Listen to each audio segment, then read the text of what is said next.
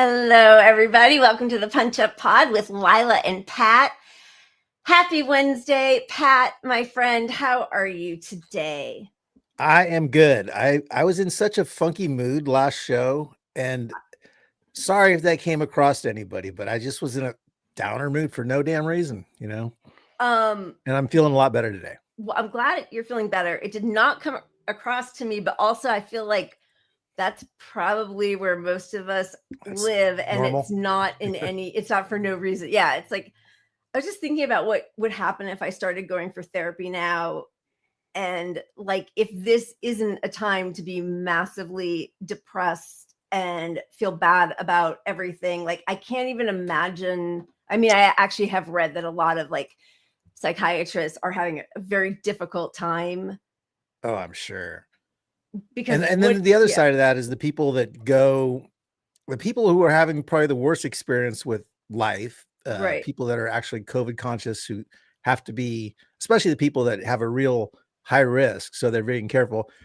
So they probably, more than the average bear need some therapy. I mean, it'd be good for people. It's good for everybody. It's good for everybody. Yeah. But then they go to their therapist and get gaslit about like it's a problem with them. Like, why are you so obsessive about this and scared of life? And that's happening. You hear all these so stories of people going through that. Even going to like their medical doctors who are also doing that. And then I did just see a headline, but I didn't have time to sort of delve deeper, but that a lot of Jewish psychologists, psychiatrists are losing clients right now because like they don't have and I don't know, so I can't even go into it enough, but just like talking about genocide and how atrocious what's happening is, and I don't know if that's because their clients are assuming that their that their therapists are Zionists, or because that's their response. Like, it's really hard to know, but we've seen doctors, like actual US doctors who are Zionists, say the most repulsive things. And then you have to think, like, what would happen if a Palestinian American kid or a Muslim American came to them as a patient? How is that person treated? Which I know obviously Black Americans have been talking about, Native Americans have been talking about for a long time, but I mean, doctors are obviously we don't want to stereotype being a Jewish doctor means you wouldn't give good service to somebody, but 100%. If that person thinks you might be a Zionist, they have every right to. I mean, it's all murky, but it's all bad. So yeah, I think it's just really good to remind ourselves that, one, it's okay to be depressed if you were not feeling sort of whatever the opposite of rosy is right now, blue. It's because you're just deciding not to pay attention, or maybe you have a deeper problem of having like lacking total empathy. But the other thing is, I remember when I was younger, when I first got my driver's license, my closest friend in high school, both her older siblings were doctors and both of her parents were doctors. And she said, absolutely, if you want to be an organ donor, but do not don't get that sticker. Don't do it officially on your driver's license. Let your whole family know, because you never know what is the state of affairs of whichever ER doctor you might happen to see that day. And they might just have the fucking instead of giving one more, or a child in need, or a loved one in need. And you just like, people make decisions. That's a lot of people's fears. Yeah, I know. Yeah. So that kind of like smashed my whole concept of the medical profession, but it's a good reminder that people are just people after all. They are human after all. Amen. I do want to say I am in a better mood. I have a quick little good news, bad news story, like I always have. I see the shining light at the end of my terrible stories. You're such an optimist. I love it. Yeah. So I got up today, realized I'd parked my car in the street. I live in apartments. There's 20 apartments, but there's only 6 spots. So everyone has to fight for street parking. But then street parking but they ticket on certain days for street cleaning and whatever. Okay. Anyway, I go out there to move my truck, thinking I got plenty of time left to do it. Both cars are right up against my bumpers. So I literally cannot move my car. No option. Like, I can't leave. Right. The good news is I had nowhere to go. Okay. The second good news watching your car is somehow I left it there all day and didn't get a ticket. which is a miracle, Christmas miracle. So that is a Christmas miracle, Tiny Tim. That's amazing. Also, I'm hoping Strike didn't pee on you to wake you up for that. no, She did the other day, but she literally did that, and yeah. Pobs crapped on my bed. So there's that. Wait, but today? Yeah, but it is. Oh Look, my God. You I missed cancel that. it out You with buried the good lead. beer. This beer here, normally I'll get a beer inspired by the show if I can. Yeah. This beer inspired the show. This beer is called Same, Same, and, baby. it's Same, delicious. same. Well, cheers to same. I don't know what to say to you about your sweet kitties because, wow, you just have a much higher tolerance than I do. But cheers to you and your optimism, Pat. Thank you. Cheers to you. Tell me a story or what's going on with your life before we get into this. Thank you for asking. I know. It was Asher's 22nd birthday 2 days ago. So I have how does this 29-year-old have a 22-year-old son? It's the craziest thing. So nice of you to adopt him. It was so nice of me. Yeah, so we had a celebration, and I don't know, that's kind of it. I am always mostly sad about the state of the world and our future and all of that, but I'm allowing some of the holiday cheer to seep into me. Even though I am Jewish, I love Christmas trees, I love Christmas, I love the lights and the sparkles. And the other night when cheers to the dark and stormy, I love it, when we got off the show, I came out and Josh had put up the whole Christmas tree to surprise me. So I have nice. the lights all the time, and I like the Christmas music, much of which was written by Jewish Americans, which is always so funny to me. But yes, so I'm allowing some of that cheer to seep in, and especially from 5 on every day, it's all cheer all the time. It's happy hour Christmas time. Happy hour. I gotta admit, I actually really like Christmas stuff too. Christmas music, Christmas everything around. Just like I hate the consumerism of it all, and it's like tune that part out, but like the rest of it, it's like, why not just have a reason to change the way your house looks or something? Exactly. Some sparkly lights, lots of food, lots of drink. Winter drinks. I mean, who doesn't need an excuse to have a winter drink? I know. See, speaking of Sunday, our shit show will be, I think, our last show. Oh, well, we might do a show in between. We might do a Sunday and then a Sunday, but obviously next Wednesday, right? Where are we? December 18th. Yeah, next Wednesday is actual Christmas. And as much as we would like to spend time with all of you, we are sort of assuming that everyone will have family obligations. So no show next Wednesday, but then I think we will have a show on the Sunday. So thank you for reminding me that I need to buy Christmas presents because it's deathly close. It's very close. It's very close. Go out and do all your small shopping. Okay. Cheers to all of you, our pup heroes and sheroes. Thank you so much. Also, thank you. We've been seeing so many of you who are kindly commenting and sharing our streams, and that really means so much to us. So thank you. You guys are awesome. Also, if you would please be so kind to like and subscribe and smash that notification bell, that would also be much appreciated by us. So cheers to all of you. And leave a comment on YouTube. We've been trying to tell people that because it helps the algorithm, and somebody was kind to say this show sucks twice recently. So you helped our algorithm, but you helped our algorithm. It helped our algorithm, and of course it was COVID stuff, and yes, Jimmy Dore, runs, you're right. Jimmy Dore, I'm sure. Right. It is also the first night of Hanukkah. Christmas is the first night of Hanukkah. I think it is the latest start to Hanukkah in my entire life.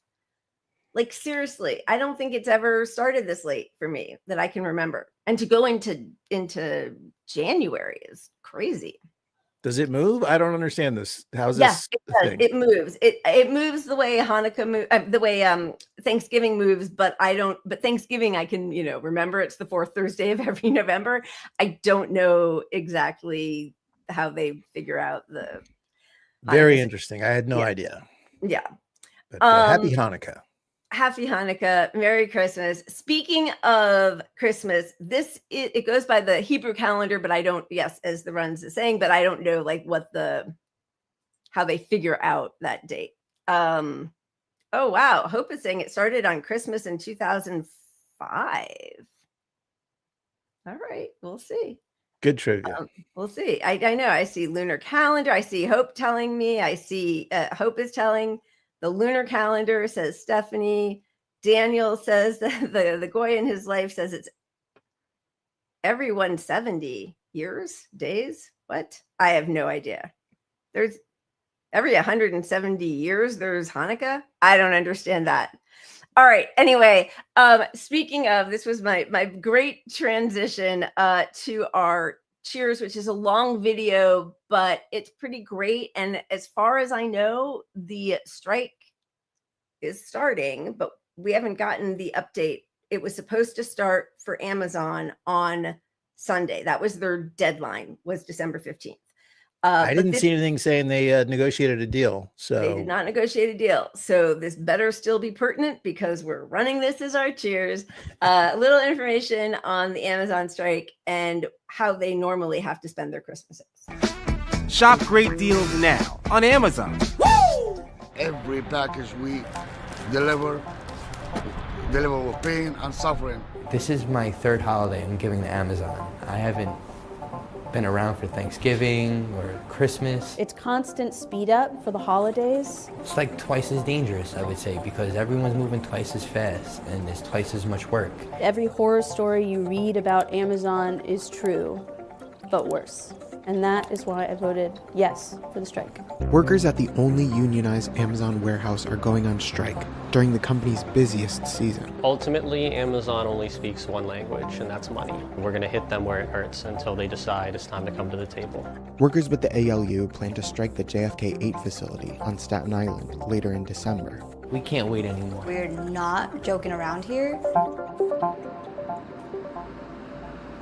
Right now, it is peak season at Amazon. It's Amazon's most profitable time of year. Well, it's pretty typical of Amazon to call mandatory overtime every holiday season. They've been asking for us to work 11.5-hour days, 5 days a week. With the lunch break, it's a 12-hour and 30-minute shift, so you're there majority of the day, majority of the week.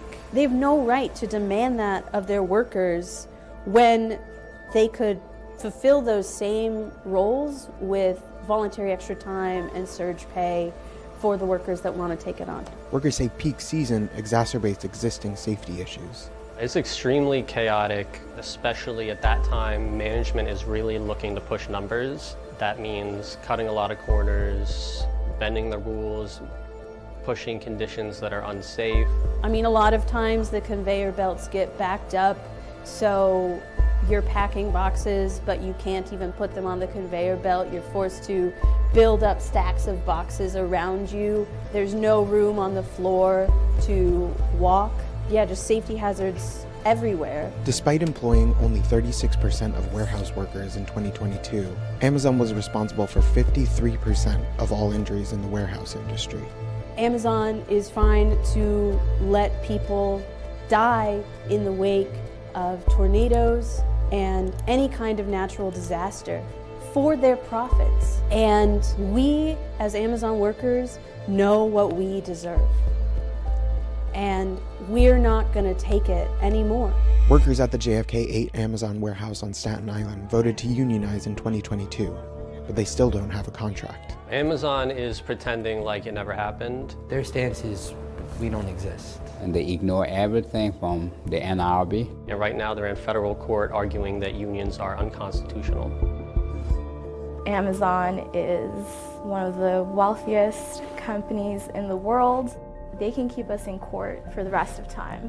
The only thing that will get them to negotiate a union contract with us is impacting their bottom line. We've pledged several hundred workers so far to participate, and we're still working and organizing and building up our structure in JFK so we can hopefully mobilize a lot more and really impact productions this year. Trying to show Amazon we're fed up, we're done. A lot of us don't want to go on strike. You know, we want to work, but we want to work for fair wages. We want to work for at least $30 an hour. We want to get adequate breaks so that we're not getting injured all the time. We want to be able to go to the bathroom and drink water without getting written up. And if we have to go on strike to make Amazon come to the table and give us the respect that we deserve, then we're going to do it.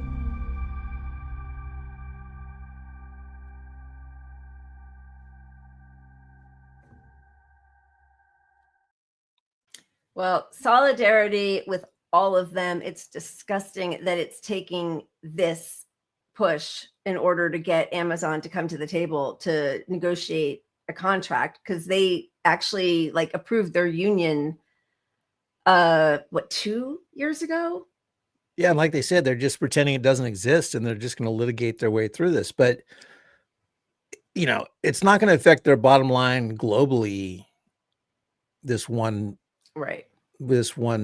factory, but warehouse, for warehouse, excuse me. But it's the point of it, and more of it. You know, if you get some solidarity across other warehouses.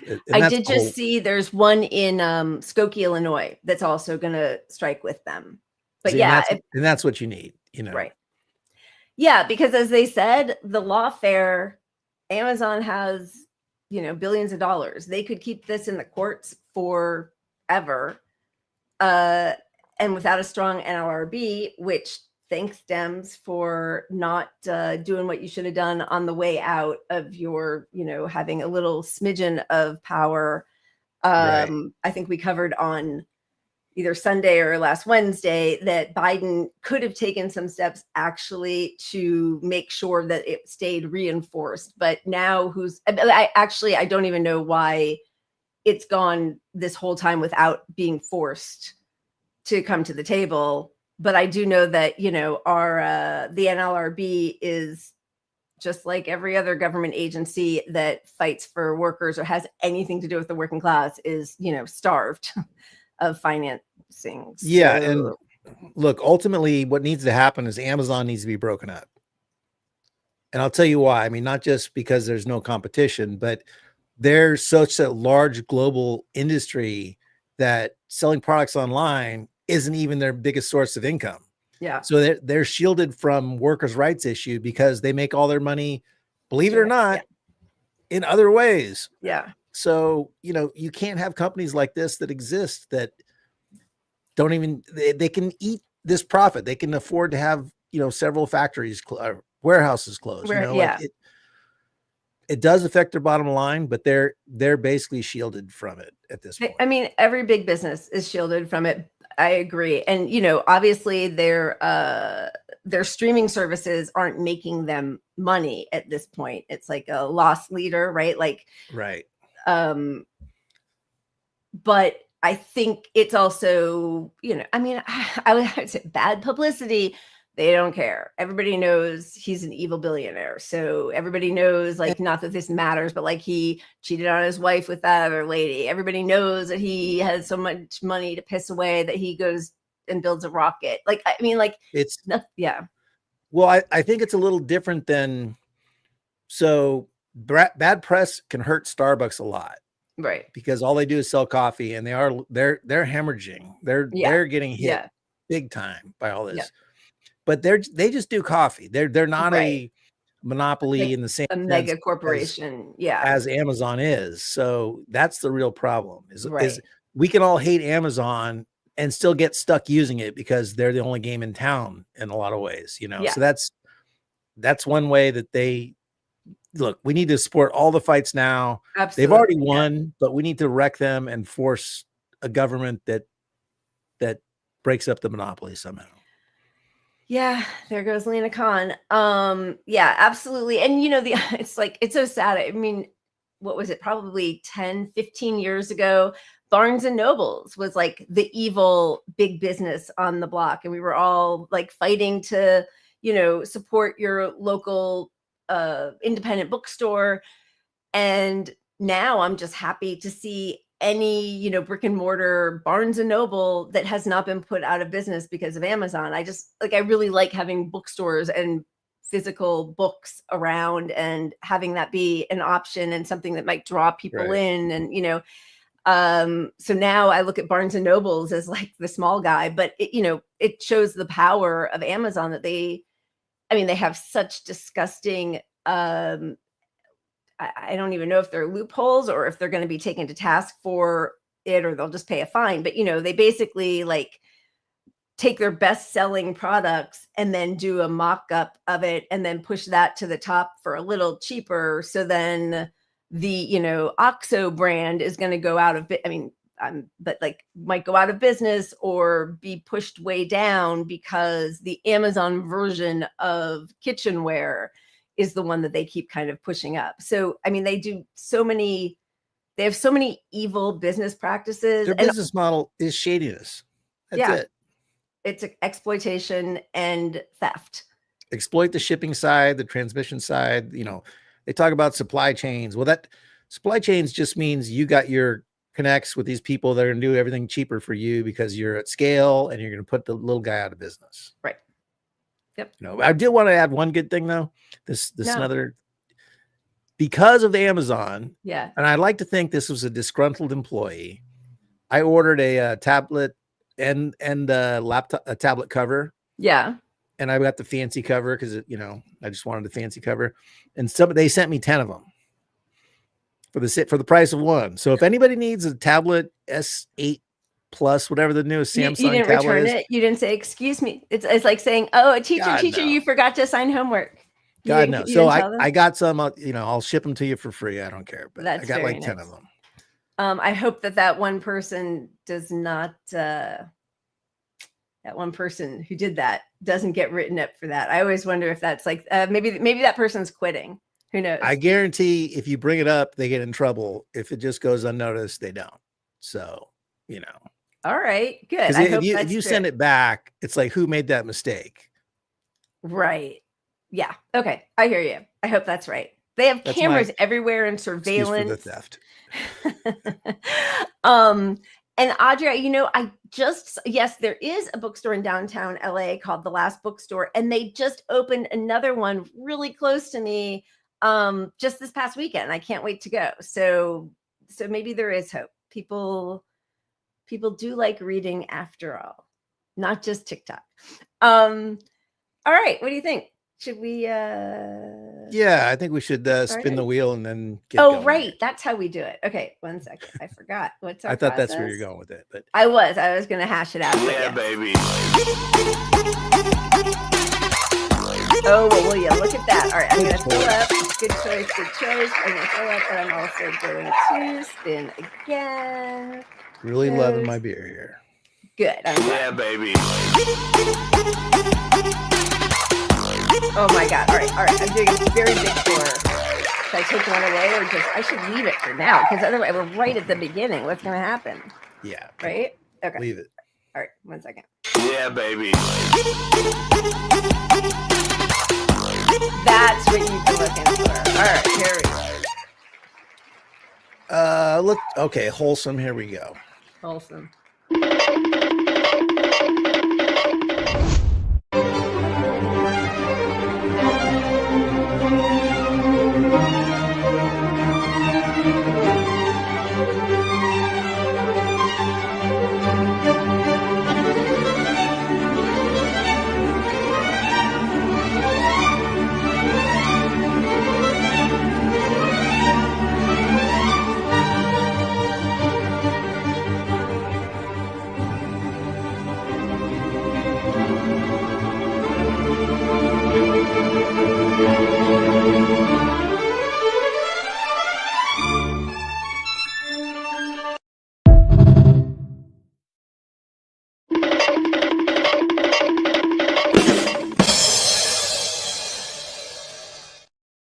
That's amazing.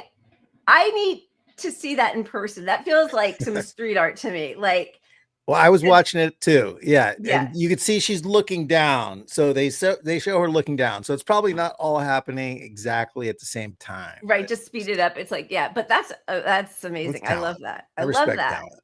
Yeah, that is pretty awesome. All right. So we've done a cheers. We've done somebody whose talent we respect. And now we're going to move into everything awful in the world.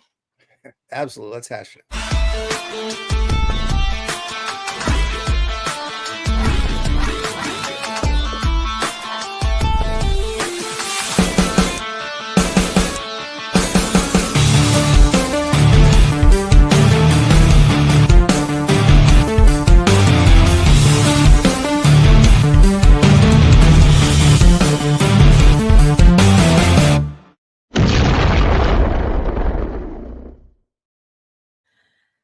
All right. What do we have? The duopoly, monopoly, terror isn't, fake news, Clarissa Ward, genocide update, COVID, and one good thing. It's really funny. We've spent since we started the show, 3 years saying, all the things that Democrats should be doing to fight impending fascism, to make sure we don't keep tacking further right. And now we're in a place where it's like, I don't know. We're in this crazy place where there's a lot of talk about lessons learned, or don't learn that lesson too much, as the Kamala advisors said on Pod Save America. Don't want to overlearn. You don't want to overlearn the lesson of losing to Trump. But now here we are, and it feels like there's like lots of discussions, but mostly everyone's just falling in line right now. It's a weird mix because you got people in the media like sort of pretending we were right, but also saying you should shut up. You cost us the election, Trump. But you're right. The Democrats should be following you, but it's also your fault, and we can't be woke anymore. And it's a where we go from. I think part of it is that they know they're trying to diffuse the public reaction to what's coming. Like, we're going to get into Luigi stuff, but like, it's really symptomatic or emblematic of they need to shape that narrative. So, because they know what's coming, people are more upset about healthcare, and it's going to get, but they also need to diffuse it by saying, let's talk about it. We're not ignoring it. It's not let's get some experts on to talk about how you should be feeling about this. We'll start our commission on it. So it's a strange time, and we have a bunch of different clips from MSNBC and CNN and all the talking heads and what they're going to say and who they're bitter about. But I thought the most recent moment was AOC fighting to be the lead on the oversight committee. And even though she has almost completely abandoned her initial positions and her, bring the ruckus vibes in order to appease the, corporate Democrats and Mama Bear, Nancy Pelosi, with a broken hip in the hospital, a continent away, still fought tooth and nail to make sure that AOC would not get that assignment. It's amazing. And AOC was doing everything she could to just kiss establishment ass right up until this vote. Yep. You got these leaks out there that she might no longer back congressional primary challenges to her colleagues, which is insane. That's how she won, which is why they still hate her, right? The corporate Democrats still hate her because she came in unseating oh my God, my brain, in New York. What's his name? Centrist piece of shit. Somebody's gonna come up with it. Help us. Anyway, who did she beat initially? Somebody smart in there. Crowley. Thank you. Crowley, Crowley. Yes. Sorry. Yes, you all got it. And Deborah and Macarius, thank you very much. Appreciate all of you. So they still hate her for that. And even though she said that she would go against democracy, right? Because like Democrats actually are fine with challengers, primary challengers. That's how they just got rid of Cory Bush and Jamal Bowman. So they're fine with it if it's against the, you know, more left-leaning Democrats. But so there she is, really just selling out any part of her that made her worthwhile, and that she still didn't get it. Yeah. And she should have learned the lesson. Like the lesson we learned is what you just said, that the Democratic Party will fund Republicans to beat a progressive challenger to lose the seat. And she just wants to have a fair race primary. I mean, she doesn't, but the concept is you just have a primary and pick the best Democrat. It doesn't mean you're not going to vote for a Democrat at the end of the day. It means, hey, let's get progressive people in there. If they win, we back them. Yep. You know, like, yeah. But she can't even go there while the Democratic Party is literally funding Republicans to beat progressives. It's just appalling. And then, you know, between the idea that there's no hope for I mean, I have no hope for her anyway, but you know, she is still pretty popular amongst young progressive, like all these people who are now saying, oh, we should have listened to Bernie. Bernie did have a following. Bernie was saying what people of color wanted. The Bernie bros were actually like, we've lost them. We need a Joe Rogan, like all the stuff that they say. When it comes down to it, they would rather replace a 60-something-year-old with cancer with a 74-year-old man with cancer than your 30-year-old or 33-year-old, whatever, young person with vibrancy who actually, you know, reaches out on social media, could bring in people to the party. Also, right. The way of course, we lost to Jerry Connolly is, you know, has been accused of, you know, insider, you know, or stock trading as a member of Congress and basically profiting off of his position as a politician, an elected politician. And he's the one who's supposed to be holding Republicans to account. They don't want to. There's nothing to learn. They just keep getting paid. Yeah. And look, the 2024 was a change election. It was a change from Biden. Even though it's back to Trump, it was, look, that didn't work. So we need a change. And Kamala didn't separate herself, and they chose not to separate them. Yep. And the party rejected younger leadership for the Speaker of the House, you know, and like they're not listening to the people. Like they're taking this moment where it's young, you need young youth, you need a change. You have these economic very successful, populism, popular people like AOC, even though I fucking can't stand her, and our wing can't stand her. The public at large thinks she's a lefty progressive, you know, and that's probably good for progressivism in general for the masses, but it's just a betrayal also, which is probably worse. But but for the party not to recognize that and but at leverage least she's her, preferable to like the geriatric like club. If you want to win, you keep promoting these fake progressives, but you won't even do that. And she keeps kissing their ass to not get promoted. She didn't force the vote because they're going to leverage it for a more important time. Yeah. And now she won't even primary other progressives. Or she won't support corporate candidates. Yeah. Or corporate Democrats. She won't support progressives to primary corporate Democrats. It is such a travesty and such a dereliction of her duty and the promises she made coming in, like one-term congressperson. Yeah. Well, we're on Pelosi. Sorry. There's the Onion calling it, you know, speaking truth as always. And also, I mean, I think this was Ken Klippenstein, his chart of the percentage of Congress over the age of 70. Look at how it skyrockets from 2000 to now. I mean, it's a good old boys club, and the old people who don't care what young people on TikTok and Twitter and everywhere else think, who are entrenched by the money because they've been in politics forever, are staying in power because things could change if they get out of power. And like, for whom?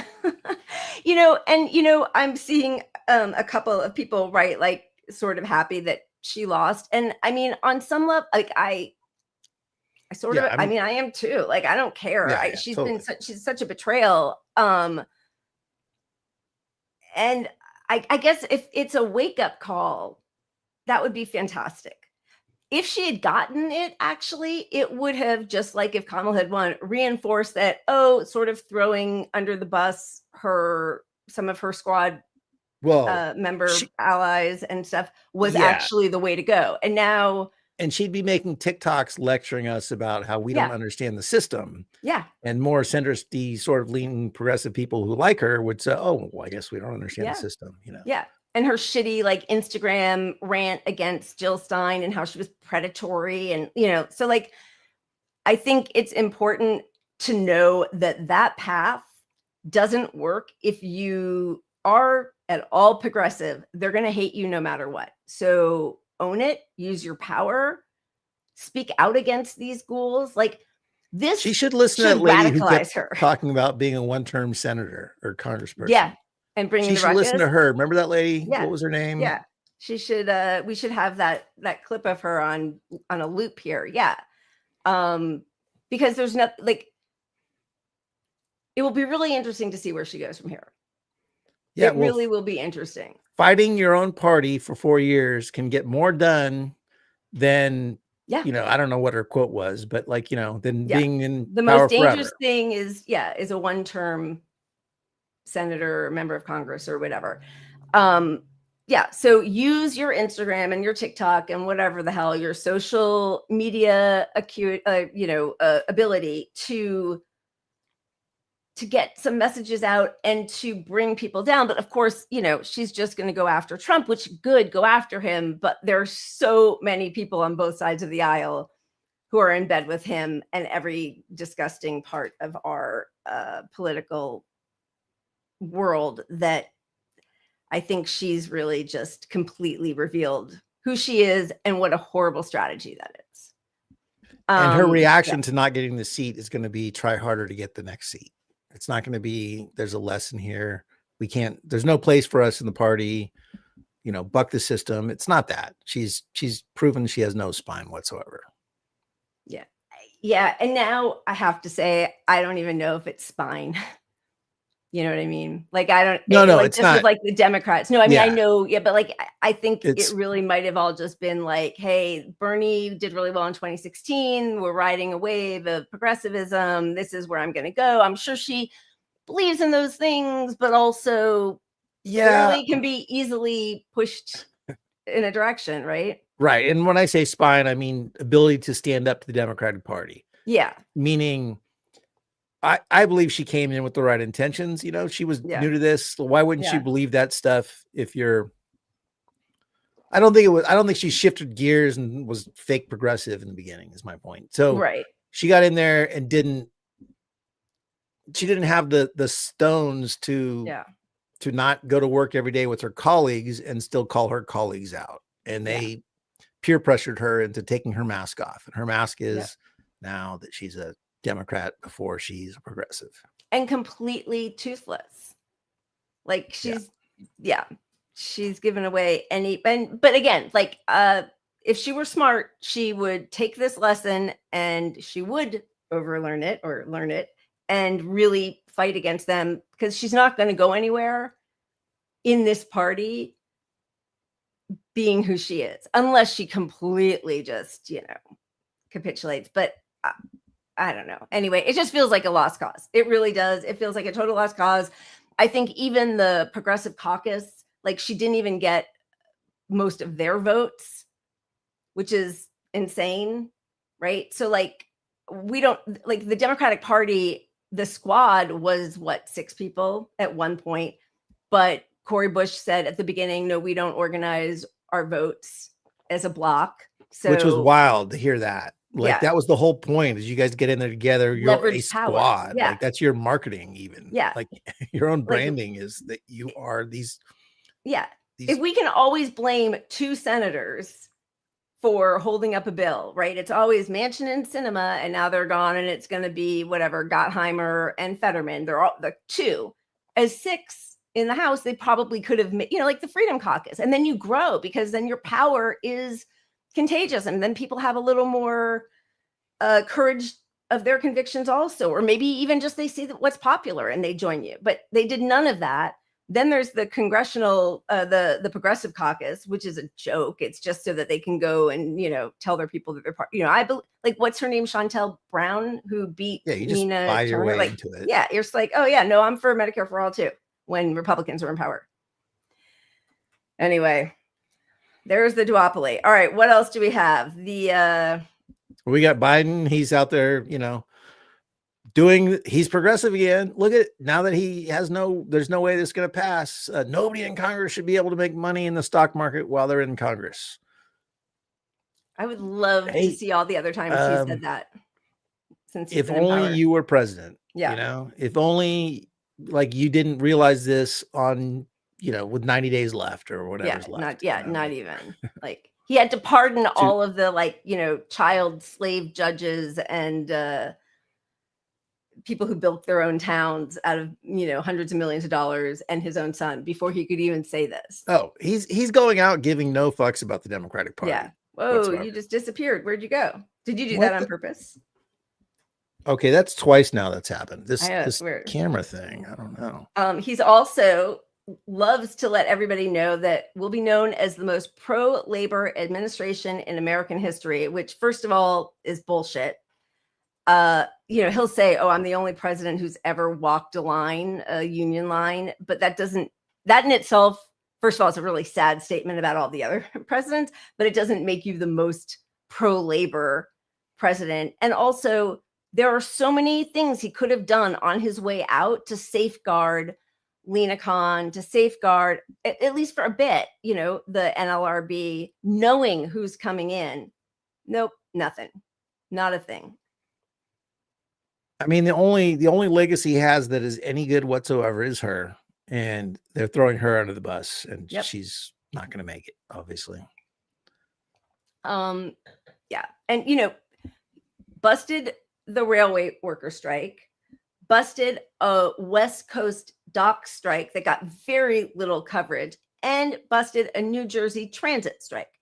3 strikes that he busted. I mean, 3 strikes that he busted, and he's bragging. Repulsive. The most pro-labor administration in American history. And union support of the Democratic Party went down dramatically during his presidency. Yeah.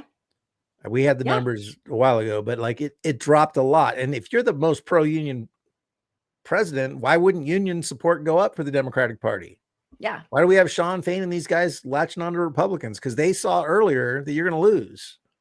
And you don't mean what you say. You blocked 2 strikes at least. Yeah. It was the other Sean who actually O'Brien. It was Sean O'Brien. But Sean O'Brien, who spoke at the Republican convention, asked to speak at the Democratic convention, and they got denied. Yeah. So he was smart. And yes, Democrats are losing the working class. And as much. Well, I just want to say that does really, I'm going to put an asterisk on that, exclamation point on that. The fact that Democrats went with the most pro-union president ever, and then it turns around 4 years later, it's at their convention, and they won't let one of the biggest union people speak at their convention, along with the Palestinian people as well. Right, but like the UAW, the Teamsters, that's a huge organization. Not to have him speak just because he also reached out to Trump, like he has to protect. I mean, listen, and I don't know what's in anybody's heart. Okay. So I don't know how Sean O'Brien really feels, but what he has said is he had a lot of union members who are pro-Trump. He needed to listen to them, and he wants rank and file. Again, these are his words. I don't know his true beliefs, but like as a strategy, of course you want. Why wouldn't you go to both sides? That's ridiculous to assume. And if you're a union, like ultimately that's what we want. We want workers from both sides joining these things because we want to drop this party bullshit. Yeah, exactly. We have economic populism. Yeah. So and going back to AOC also, and I think Jamal Bowman, and I can't remember who else from the squad, voted to force the railroad workers back on the job. Like so many betrayals, just vile, really disgusting. Yeah, but again, I think back to AOC with this. Her use for us politically on the left is that she has proven there's no passageway within the Democratic Party to affect change. So stop giving them money. Stop hoping on them to change something. We have to fight for ourselves. Maybe we can get those few progressives to get on our side, when we win things, but they're not going to lead these things. Maybe they're a vote. They're a vote, like at best for us, for our fight. Right.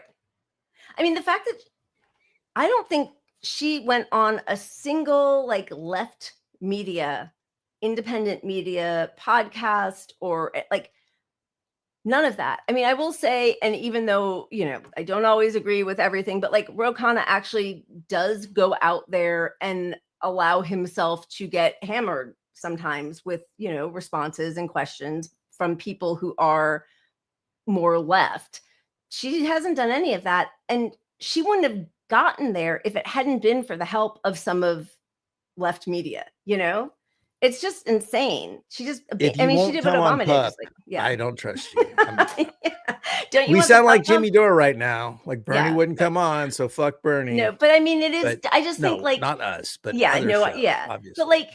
But that whole inside outside strategy only works if you keep communicating with the outside, right? And not the other thing. Remember when they did their sleep out on the steps to fight for continued moratorium on rent and mortgage payments, and they got Cori Bush and AOC came also.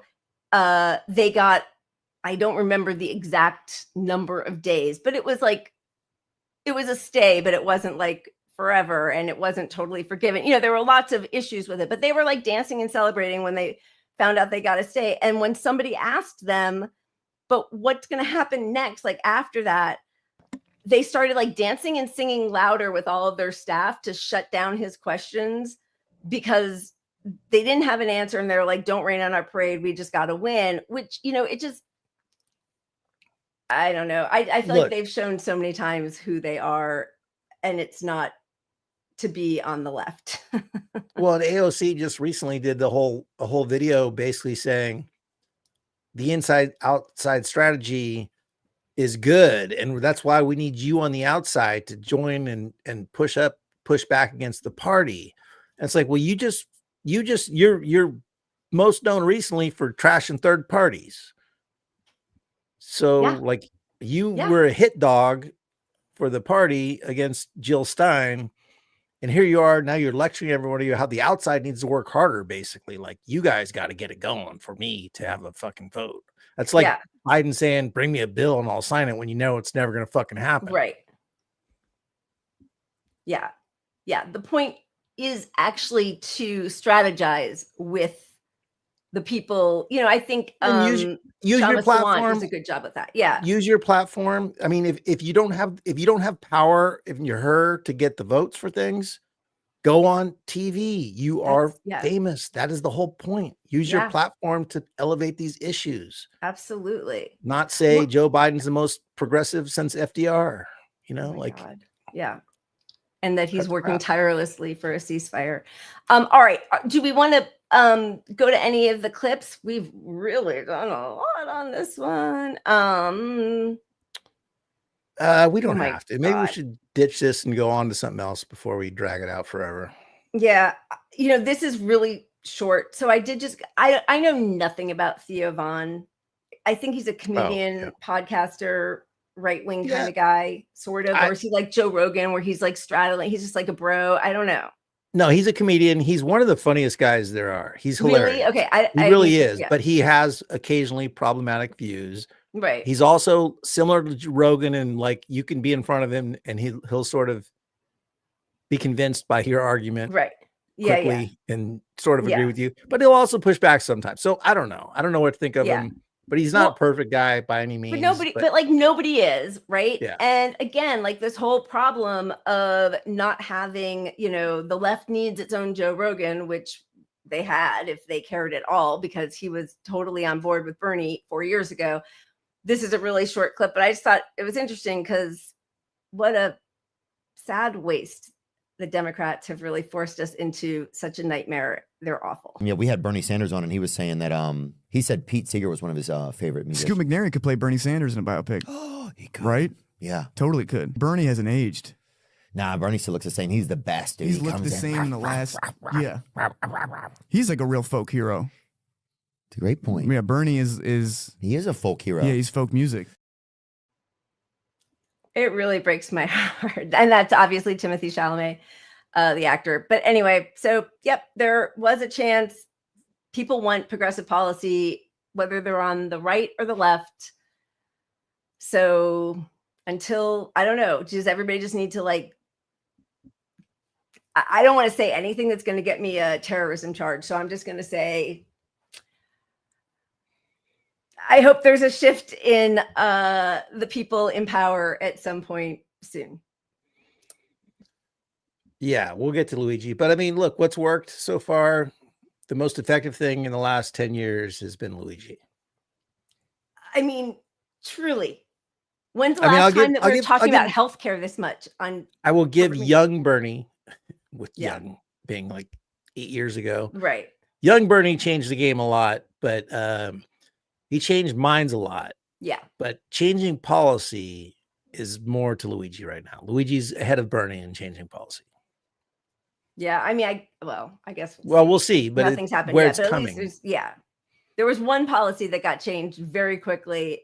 I don't know if they're going to go back. I think they all kind of battened down the hatches and decided, like the clip that we showed on Sunday, that if policies change in response to this, it just shows that terrorism You can't let them know they wins. won. Yeah.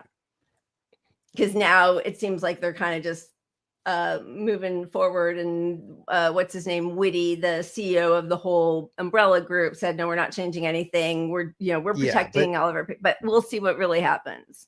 Well, but what the natural result of this is like everything. People are mad. We need to change it. So what's going to happen is the change that both parties are going to push is going to be worse for us. Yeah. Secretly worse. It's going to look like Obamacare or something to fix the system and somehow extract a little more for them. Or, maybe it gets us like 1% better in life with our healthcare system, but like it stops a revolt against the healthcare system is what both parties are going to push. So they're both going to chime on about how this is a real problem. We need to fix it. And here's my solution, but their solutions are going to be dog shit. Yeah. Yep. It's going to be another Heritage Foundation plan. Project 2025 coming your way. All right. Are we moving on? Yeah. I mean, we have a lot of videos, but we could probably, if there's anything we wanted to show, there's a lot of overlap tonight in our show too. So, and also just as a reminder of what we could have had. The true test of our commitment is whether, in the face of an obstacle, do we throw up our hands or do we roll up our sleeves?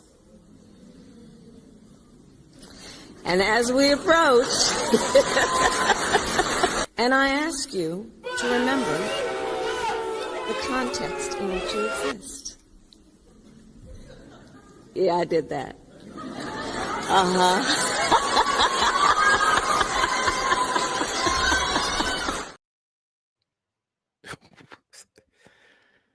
Yeah, I did that. I remember the context in which I exist. It's like I'm doing hilarious. A self-referential point. See what I did? I brought it all back. Honestly, AOC is a combo of her and Pelosi. It's just crazy to see.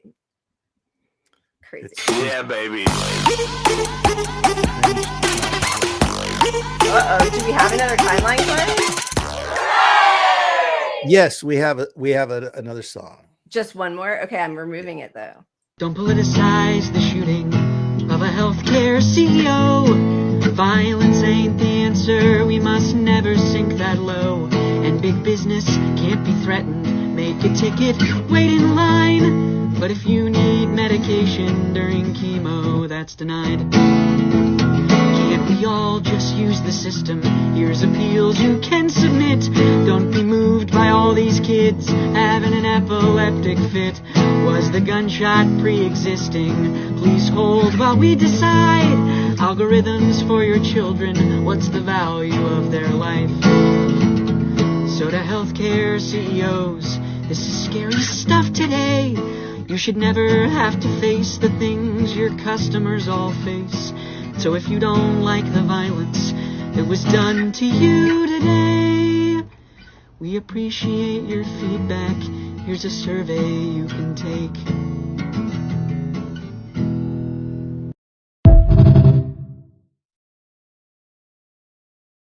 Is that, what is his name? Risk Reigns, I see somebody saying. Is that what it said? I didn't see, but I love that. That's great. I love the movement out there. Yeah. With the free Luigi stuff, and there's a ton of it. We're never going to stop showing it. And, I'm dying to show the tattoo compilation, but I think we'll get shut down because it uses like every great song in it. Will we get shut down? Maybe we should do I it don't care. as we play out. Let's I go know, out but swinging. yeah, maybe. Well, but we have a good we do have a good one good thing, but maybe we'll do it like right before. True. Just to show it. I have it up on my thing. All right. So that brings us to terror. Terror isn't. So Mr. Luigi Mangione was indicted on a charge of murder as an act of terrorism, which is insane on so many different levels. Part of the complaint says the grand jury aforesaid by this indictment further accuses the defendant of the crime of murder in the second degree as a crime of terrorism in violation of penal law 12525 and 49025, committed as follows. The defendant in the county of New York on or about December 4th, 2024, with intent to intimidate or coerce a civilian population, influence the policy of a unit of government by intimidation or coercion, and affect the conduct of a unit of government by murder, assassination, or kidnapping, committed the specified offense of murder in the second degree. So basically, what they're saying is that private insurance is part of our government. Right? I mean, I guess Yeah, we and just so like hand off all of our money to them as look, I think a good lawyer gets him out of that charge of terrorism.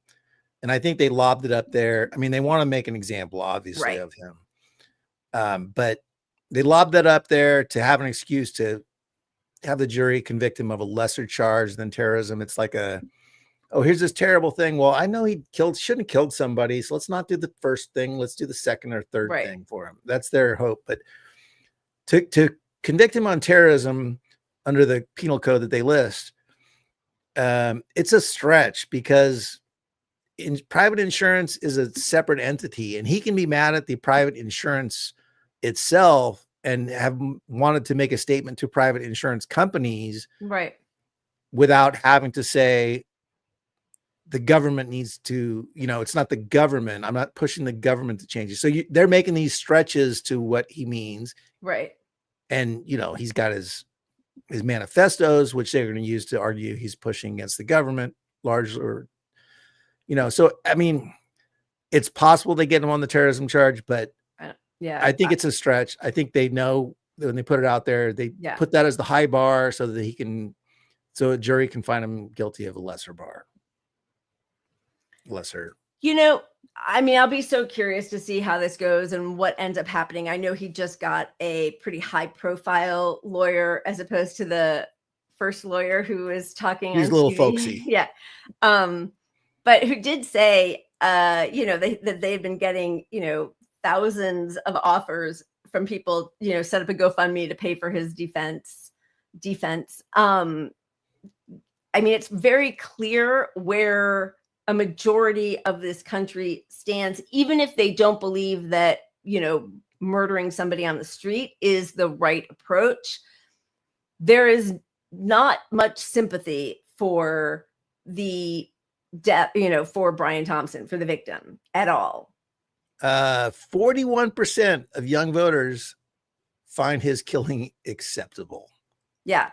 Like that's a sea change in opinion. And that's why all these people in power are just older and older.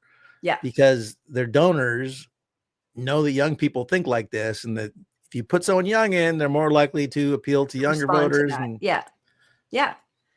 And they're all about, civility and tone policing and the way it's supposed to be done. Yeah. And actually, as opposed to the poll that we shared on Sunday, which was similar, this was done by Emerson College, which has, a higher ranking than whatever the place was. We got a text from Zainab later saying, like, that's a really interesting poll. I don't know this group. And I thought, oh God, we shared a poll that was like, I don't even know who the people are. But obviously Emerson College is well known. And yes, they are, more on the left, of course. But 41% of 18 to 29-year-olds think that it was acceptable. I think that coming up behind a guy with a homemade gun and shooting him in the back and leg is acceptable. Like, that's how bad our Democratic Party has failed us. Like, if they were fighting for us, you would say, no, let the Democrats are making the fight, let's go. Right. There's a path for us to get to healthcare. Yeah, let's protest more, Yeah. But and then everybody knows that's not working, and young people know the mostest. They definitely know the most. And it is interesting that the next group, 30 to 39, they're still at, almost a quarter of them, 23%. So it's not like, you take that together, and that's a large chunk of society who thinks that's not so bad. I mean, older people are fine. I shouldn't make that broad sweep. There are plenty of people who think it's acceptable to murder in the right circumstances, right? People come back from war. They don't look at every soldier as a murderer or a terrorist, when probably the rest of the world sees every US soldier as a terrorist. So it's just about the framing and where people's values are. And the young people in this country, their values are not aligning with the people in power, and certainly not the older people in power. The other thing I thought was really, it has been reported that he had considered using a bomb, but he did not want to hurt any innocent civilians, Yeah, and that's just intelligence. I mean, you lose sympathy if I don't know. Look at Josh Shapiro signing a bomb. Yeah. A targeted bomb. I mean, the American public, obviously, there's no threat to the public if you just took out the one guy. Right. But look at what's allowed. This is the governor of Pennsylvania signing a bomb that's going to kill, he's got Zelensky there in the background, but it's going to kill innocent Russian civilians. Here's Nikki Haley signing a bomb, right? Shapiro would have been the VP if it wasn't for the story leaking about him covering up forgetting his buddy of fucking murdering a woman. Yep. Yeah. So, everybody has a different red line, and it's interesting to see the outrage on corporate media and our wholly captured politicians who find the death of one evil CEO who only makes money for his company and his own $10 million a year by forcing people basically into sickness and death. That's his job, is to figure out how to deny people the healthcare they need. So and it's not like there was CEO for hire and this guy just comes and becomes CEO and maybe he's going to clean it up and he has decisions on this. No, you can put all their policies on him. He was in there during the AI, where they switched to AI to deny claims. 90% of their claims are falsely denied. He worked his way up within the company. So he was rewarded for being a fucking vile, sadistic, cold-hearted, profit-seeking bastard. Yep. I mean, yeah. So every single, there's that video that we showed with all the wanted CEOs of health insurance companies being plastered all over New York. I just totally, buddy, it's bad what's happening with my brain. Totally lost my train of thought. Anyway, these people are evil. They're not inventing anything. They're not making anything. They make money off of figuring out new ways to hurt all of us. I mean, that is what's happening. So yeah, they don't have any sympathy. Yeah, we don't need insurance. We don't. Just the whole insurance system just adds cost. The middleman, doctors. Look, doctors. One of the biggest groups you see online. Jenna's right too, and by virtue of Jenna being right, I guess you're right. Thank you. But one of the biggest groups you see all these doctors, nurses, healthcare professionals coming out, and they're not like, you shouldn't have killed him. This is awful. I'm scared for my life because we're care providers. They're like, let me tell you how fucked this system is. Yep. Here's a story. Let me tell you how fucked this thing is. Here's a story, one after another. Yeah. Yeah. I mean, a lot of people who are workers, and there become fewer and fewer opportunities for people to make money. And I'm not like exactly absolving them of a line of work that they're doing that hurts people. I'm not really trying to do that, but we are now living in a country that produces very little. It's the David Graeber, the shit jobs, the bad jobs. Like, it's a lot of just like middle management figuring out new ways to justify their existence in a company. It's like a lot of just pencil pushers without actually creating anything, not doing anything. Not, obviously we have teachers, we have professors, we have doctors, we have plumbers, we have construction workers. We do have like an industry, but like there are millions of people in this country who are doing jobs that actually aren't necessary.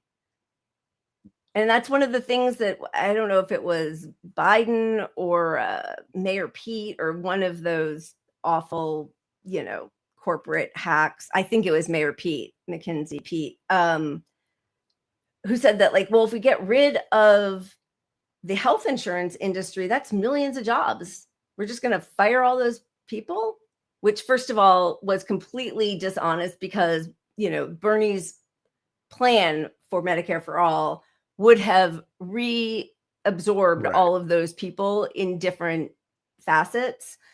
But also just imagine, even say, like, I don't know if that's the trade-off, like 70,000 preventable deaths every year, or figuring out how to just keep these people employed with a government that spends, $1 trillion a year on our military. Probably we could figure out a way to employ all of those people, right? So that's such a false problem anyway. And the death count itself is a fraudulent sort of framing, because how many people are homeless? How many people don't have a quality of life? How many people are disabled? How many people, sold their house to pay for their health care? And, it's affecting hundreds of millions of people.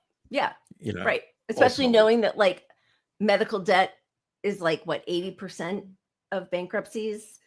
And then people they become homeless because of it. Or, and then homeless people have a higher propensity for death by suicide. There's just like so many layers and downstream effects of this. Yeah. One policy that 32 of 33 developed countries have figured out, and somehow the US just can't figure it out. It's just so complicated. One, we can't figure it out. Right. Because it's it's how we are fucked more than everybody else in this country.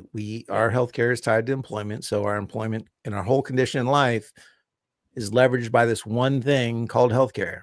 Yep. And even with it, they've managed to pull out dental care and vision care and hearing care as like these three things are separate from your health care. Yeah. That's on you. Yeah. Your employment's going to pay for that other stuff, but like teeth and hearing and vision, like, no, that's extra. Like, no, other countries don't do that. It's No. it's Yeah, your of health. course It's not. that's Right. your health. Those things are not separated. We've accepted that this is the shit pie we're stuck with. Yeah, it is really vile. I've just got we have really good insurance through Writers Guild and SAG actually, but for my eye care, I have really bad eyes. I mean, like over $1,500 to get my new contacts, new glasses, new readers. It's insane. Like it's just disgusting. Okay. Terror. Moving on to terror.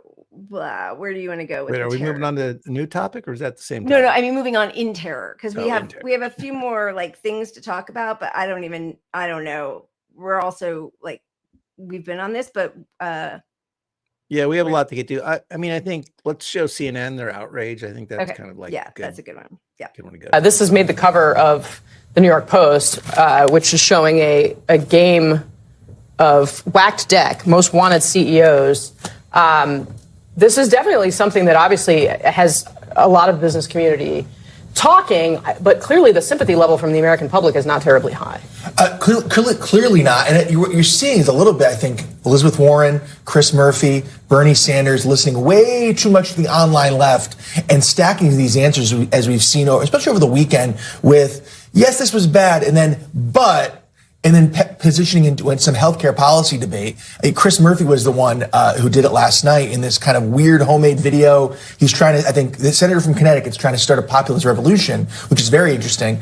But you're right, like they are just very lost on this right now, Democrats, and they are just trying to shoehorn a policy argument into a cold-blooded murder, and it's boggles my mind. Anytime you have to have but after a statement that's about a cold-blooded murder in broad daylight, there is a problem. Yeah. And these statements are gross and abhorrent, and they should not be out there. Two things can be true, right? This is a murder that is horrible and awful, and there also could be a need for a policy debate. Do not use a cold-blooded murder to have that policy debate. It is gross that they are doing that. And you know what the tell is really quick also? Like Chris Murphy's career-defining issue is gun violence and gun control. Not once in this video did he talk about gun control at all. And right? he had ghost guns. Exactly. Which there's been policies made about ghost guns in this administration. Exactly, right? Like that, that's the biggest tell.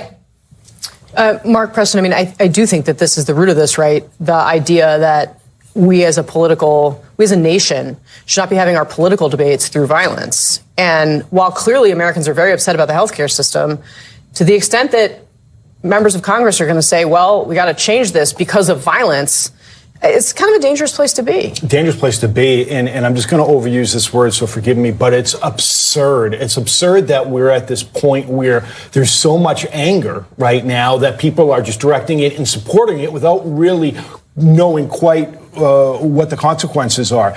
You know what else is absurd, too, is the governor. God bless her for having a hotline for CEOs. But I got to tell you what about all the other folks in New York City who are facing like awful crime every single day, you know, and they can't get any help and the police don't have enough money to police the streets. Let's make sure those CEOs are taken care of. But also these CEOs and these corporations can hire security. I traveled with a CEO all over the world. We had private security. So the fact that he didn't have security is also worrisome on a lot of levels. That does not, I'm not by any way saying this is justified, but they do not need a hotline to the police. They can hire their own security and work with their different protective units in the police department. Yeah, I mean, in some ways it is this, that privileging of elite problem is a lot of what is driving the populism in our politics today. Oh, 1,000%. 1,000%. And even now we're just seeing this, like the backpack maker is getting threats. The CEO of Peak Design, because they helped identify the shooter. Why do the McDonald's workers, why are people threatening them? I mean, they did something that was right, but yet we want to like castigate them for it and threaten them for doing the right thing. It's crazy. Oh, all right. On that note, 53 minutes. I mean, they're just so desperately out of touch. They don't even talk about the fact that, first of all, the stockholders getting $120 billion back so that the health insurance companies can funnel our money to the stockholders while denying us health care. But there's this talk about the CEO hotlines. One CEO is murdered. They are now talking about setting up hotlines for CEOs who are worried about possibly being in danger, without even addressing the fact that 31,000 K through 12 students have experienced a school shooting just this year. And they're just told, thoughts and prayers, put on your see-through backpack, get to school, you'll be fine. Here's another shooting drill for you. My kids have been in lockdown 4 times. And luckily, but that's traumatic enough without actual shootings. I look at it like, okay, when you bring it to the school shootings, when the Republicans always say, well, the school shooting is not a time to leverage policy debate. They always make the same argument we just heard from both sides. It's always like, how dare you use this shooting Don't politicize it. Yeah. to politicize it. And what you're seeing is a consolidation of the media to say, you guys should, none of you people, you silly fucking voters. Yeah, we could fix our healthcare system, but don't talk about it around this guy who just died. Let's just fucking simmer on that. Let's have it separate talk. But let me explain why it's bad to kill a terrible fucking person. Let me explain why, you don't kill Hitler, you vote him out, Yeah. Violence is never the answer. Say the people signing bombs, funding a genocide, having, they standing ovations for Netanyahu. Yeah. Don't celebrate violence. Yeah. There's Daniel Penny, Trump, Rittenhouse. Yeah. It's just very clear that it's all about class, and they're worried that they're next. And honestly, sorry, but we've tried it other ways. They should be worried. We have said for years that they have to be afraid of us in some way. The pocketbook is the ideal way, but we have not affected their pocketbook. And here comes somebody taking out the CEO, and it's even when they don't want to discuss it and they're trying to minimize it and gaslight us about, this death, the world is discussing it, and they're on Luigi's side, and that should frighten the fuck out of them. And frightening the fuck out of them is the only way we have any chance of changing any fucking thing. It is, because, we have another clip and we won't play it because it's all so long, but I think 5 million children have lost healthcare coverage because of errors in paperwork. So when there was that huge change after the COVID emergency was ended by Biden and 18 million people were thrown off Medicaid, many of them were thrown off by clerical errors or, errors, who knows? But anyway, so then you can spend your life on the phone dealing with people trying to, figure out, fax it here, fill out this form. Let's see. Oh, it's in line. We'll see. It usually takes a few weeks to process. Meanwhile, you have a child, and many of these children have underlying conditions that can't be treated for their conditions without sending you into bankruptcy. So you've got a full-time job plus a child who's in need of health care. You can't get it. And it's a clerical issue that will eventually be solved, possibly. And possibly the repercussion will be a fine. So for these multi-billion-dollar companies, they're so willing to make more money off of denying coverage and then have to pay the fine. That's nothing. And that's what you got all these doctors out there explaining the situation. What happens is a doctor wants this surgery, says you need it, and to fight to get you that surgery, they have to spend a shitload of their time themselves, just like you do as a patient, dealing with these insurance companies. And doctors get on average 15 minutes per patient, per, Yep. while they're seeing them during the day. So like the idea that they're going to spend 2 hours on the phone with UHC to get you your surgery, like, yeah, the guy really fighting for you is, but he's got 10 other people too he's fighting for. So the whole system is designed to put obstacles in their place. Yep.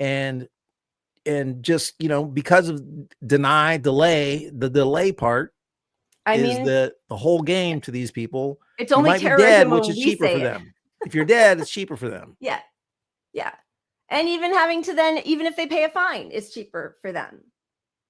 But I mean, again, as we talked about on Sunday, the woman who was arrested on terrorism charges for saying deny, delay, depose, you're next, used the phrases that this health insurance conglomeration uses. That's their philosophy for how to deny all of us care that we have paid into, that we're entitled to, even in this gross insurance system. Okay, we were all forced into it, whatever, but you pay into it, you are entitled to that care. They deny, delay, depose is their strategy. That's terrorism, apparently, when one lady does it in her own home. Look, at home.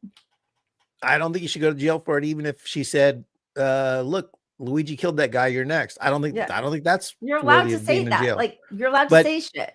But she didn't even say that. You could read what she said as you're going to be a victim of your own policies. Right. Like, I hope she you're has a next. good lawyer. You're gonna have a health injury and health, and get denied. Whatever. But like, that case is absurd. If she loses that case, we need to fucking I mean, there've been so many moments though where we've all said that, but yes, I mean, it's really pretty outrageous. All right, should we spin and move on, or is there something else? Oh, just a little side note, but apparently it was his mom, Luigi's mom, actually snitched. It said it indicated like to her FBI son. that I don't know. CEO killing suspect photos could be her son. Hey, shut the fuck up, lady. What are you doing? Why would you do that? Shut up. I don't know if it was fake news or not, but one of the stories I read said she also said it sounds like something he would do, which is weird. Ugh. But well, she's an awful, regardless, jury nullification. We're going to teach everybody about that exactly. way Just before the election. The trial. All right. Are we spinning? Are we moving on, or what do you think? Yeah, let me just peruse real quick. What do we got? Yeah. I mean, we have Eric Adams talking about. Yeah, go ahead. Yeah. The heating hotline, the moms. Yeah, we covered it. Let's move on. I mean, yeah. Endless options to show us how much the rich hate the working class. Yeah, baby. Uh-oh. I don't know that we have another timeline crunch, but we can share. We're out. All right, I'm gonna remove it, but pick something. Pick something. Let's look at some. Cat song.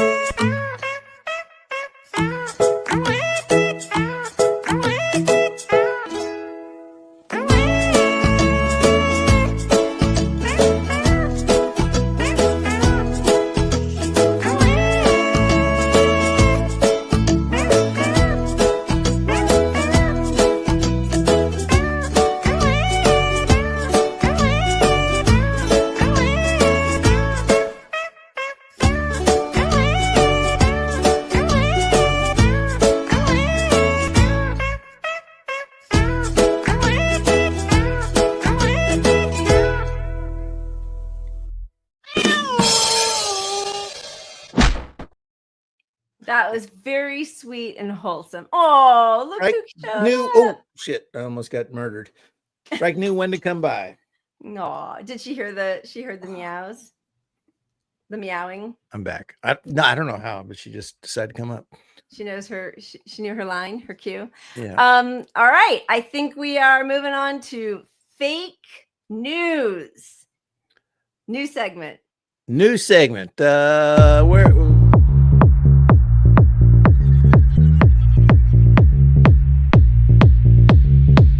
Well, the first thing I'd do as president is sign the Freedom of Choice Act. I'm very pro-choice. America, we are not going back. I don't believe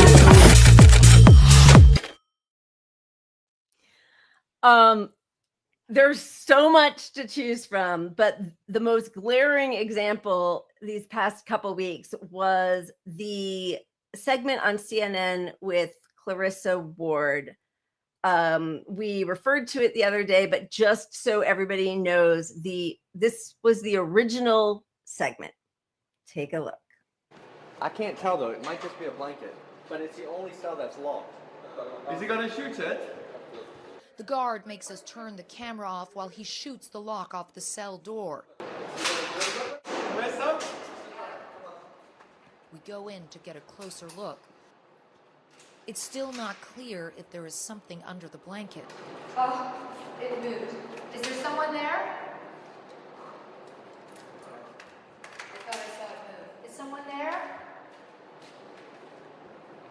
Or is it just a blanket? I don't know. I think it's someone. Hello? Okay, it's just moving.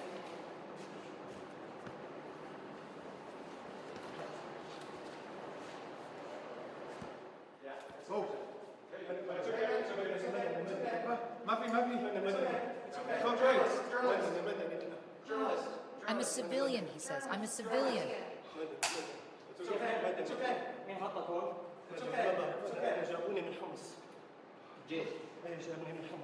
He tells the fighter he's from the city of Homs and has been in the cell for 3 months.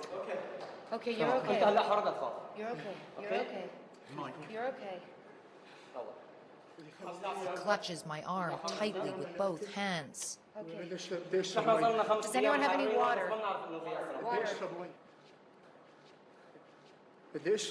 My. Okay, it's water. It's water. Okay. Okay. Okay, you're okay. You're okay. You're okay. Okay, so right away, this set off a lot of people.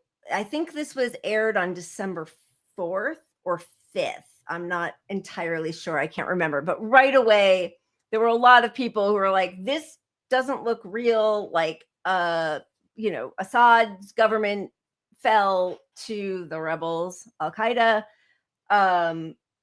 days ago. And now they're finding like one locked room in an already freed prison camp that just happens to be locked, and her handler finds it. Clarissa Ward's handler, she's the foreign correspondent, international affairs correspondent for CNN, finds this guy. He didn't hear everybody else being free just a few days ago. He didn't hear them coming into the room. Yeah.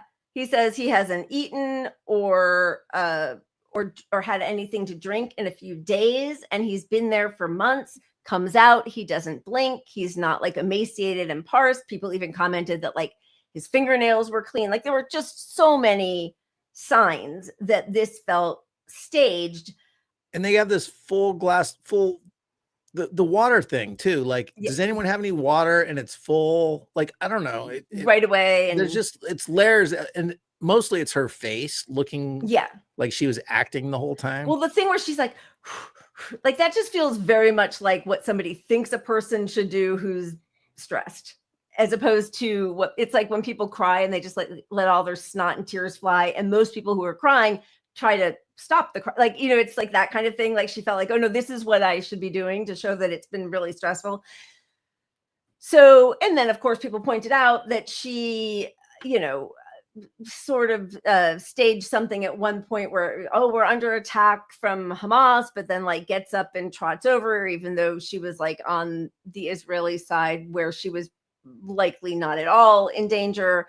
She's gone before Congress to support the rebels. And again, like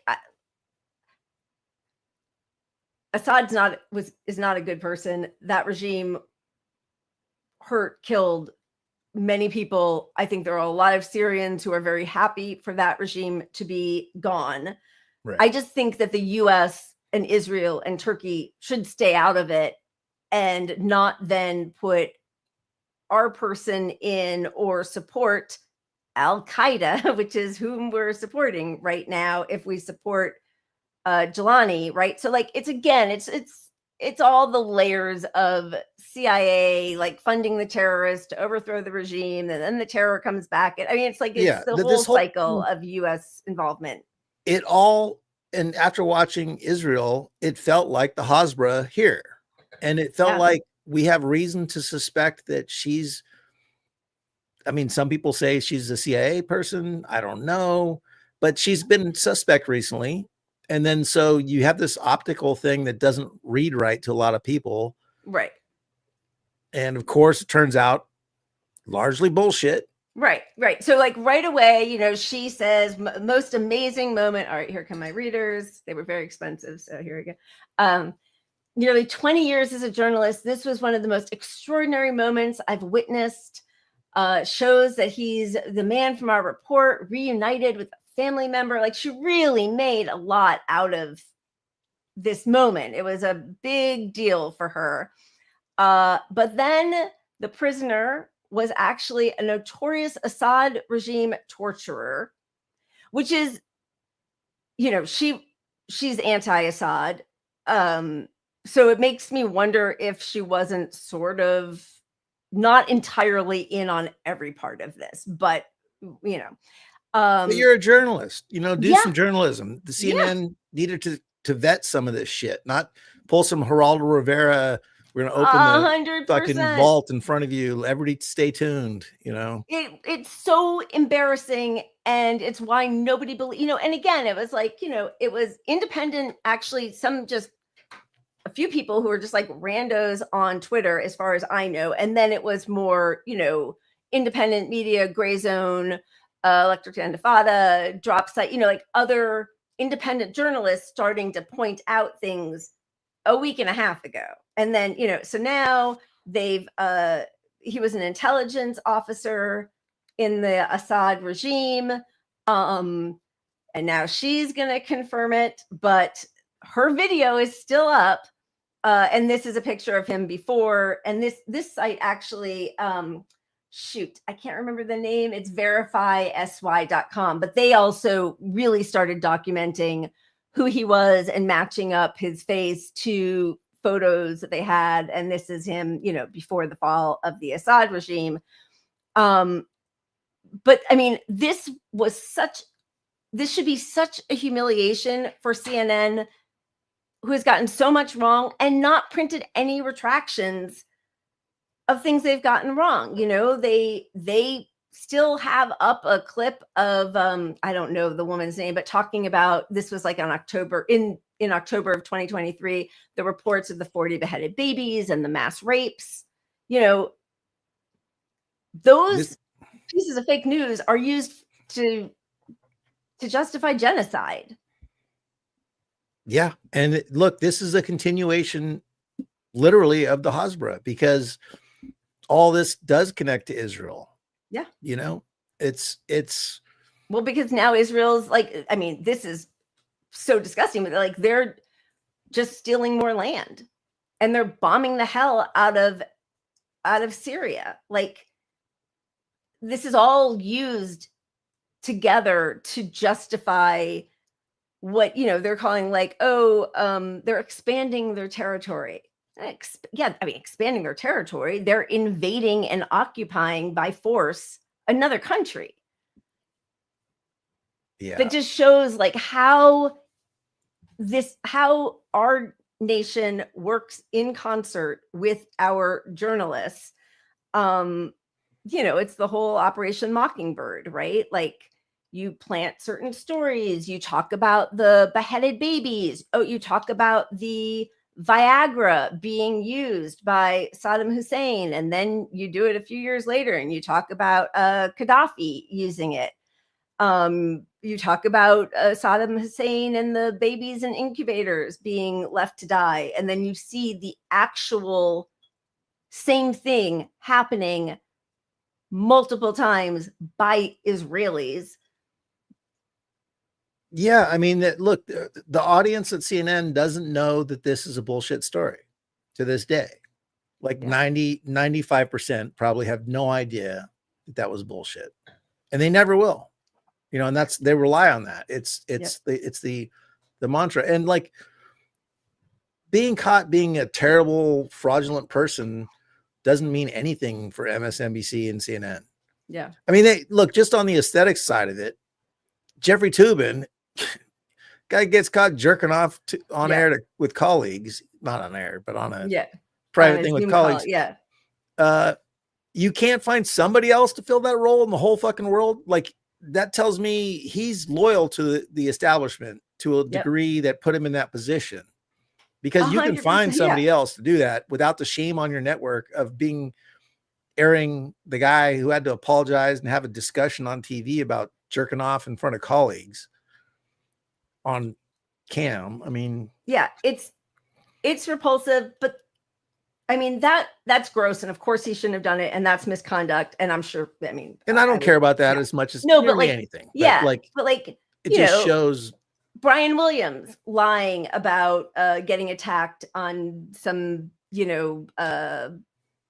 Air Force base, or, he lied about it. It was shown that he lied. Yeah. And then he's still back in the building, and now he's like, proffering his, gravitas and all of his weighty statements about the state of the world. He's a liar, a journalist who is a liar. That's not where we should be. I mean, we have so many examples of this just from the past year. The New York Times with the silent screams, all the rape stuff, which was completely debunked, and it still is up. And then just after that, so wait, I just want to make sure we don't have just after that, this week we have Drop Site doing such great work, Jeremy Scahill, and I don't know who did it with him. Let me just see, because it's in here. Sharif Kudos. Jeremy Scahill and Sharif Kudus find out that the New York Times ran a story about saying that they had documents given to them by Israel, who says they found these documents in possession of Hamas, and it shows that Iran was in on the October 7th attack.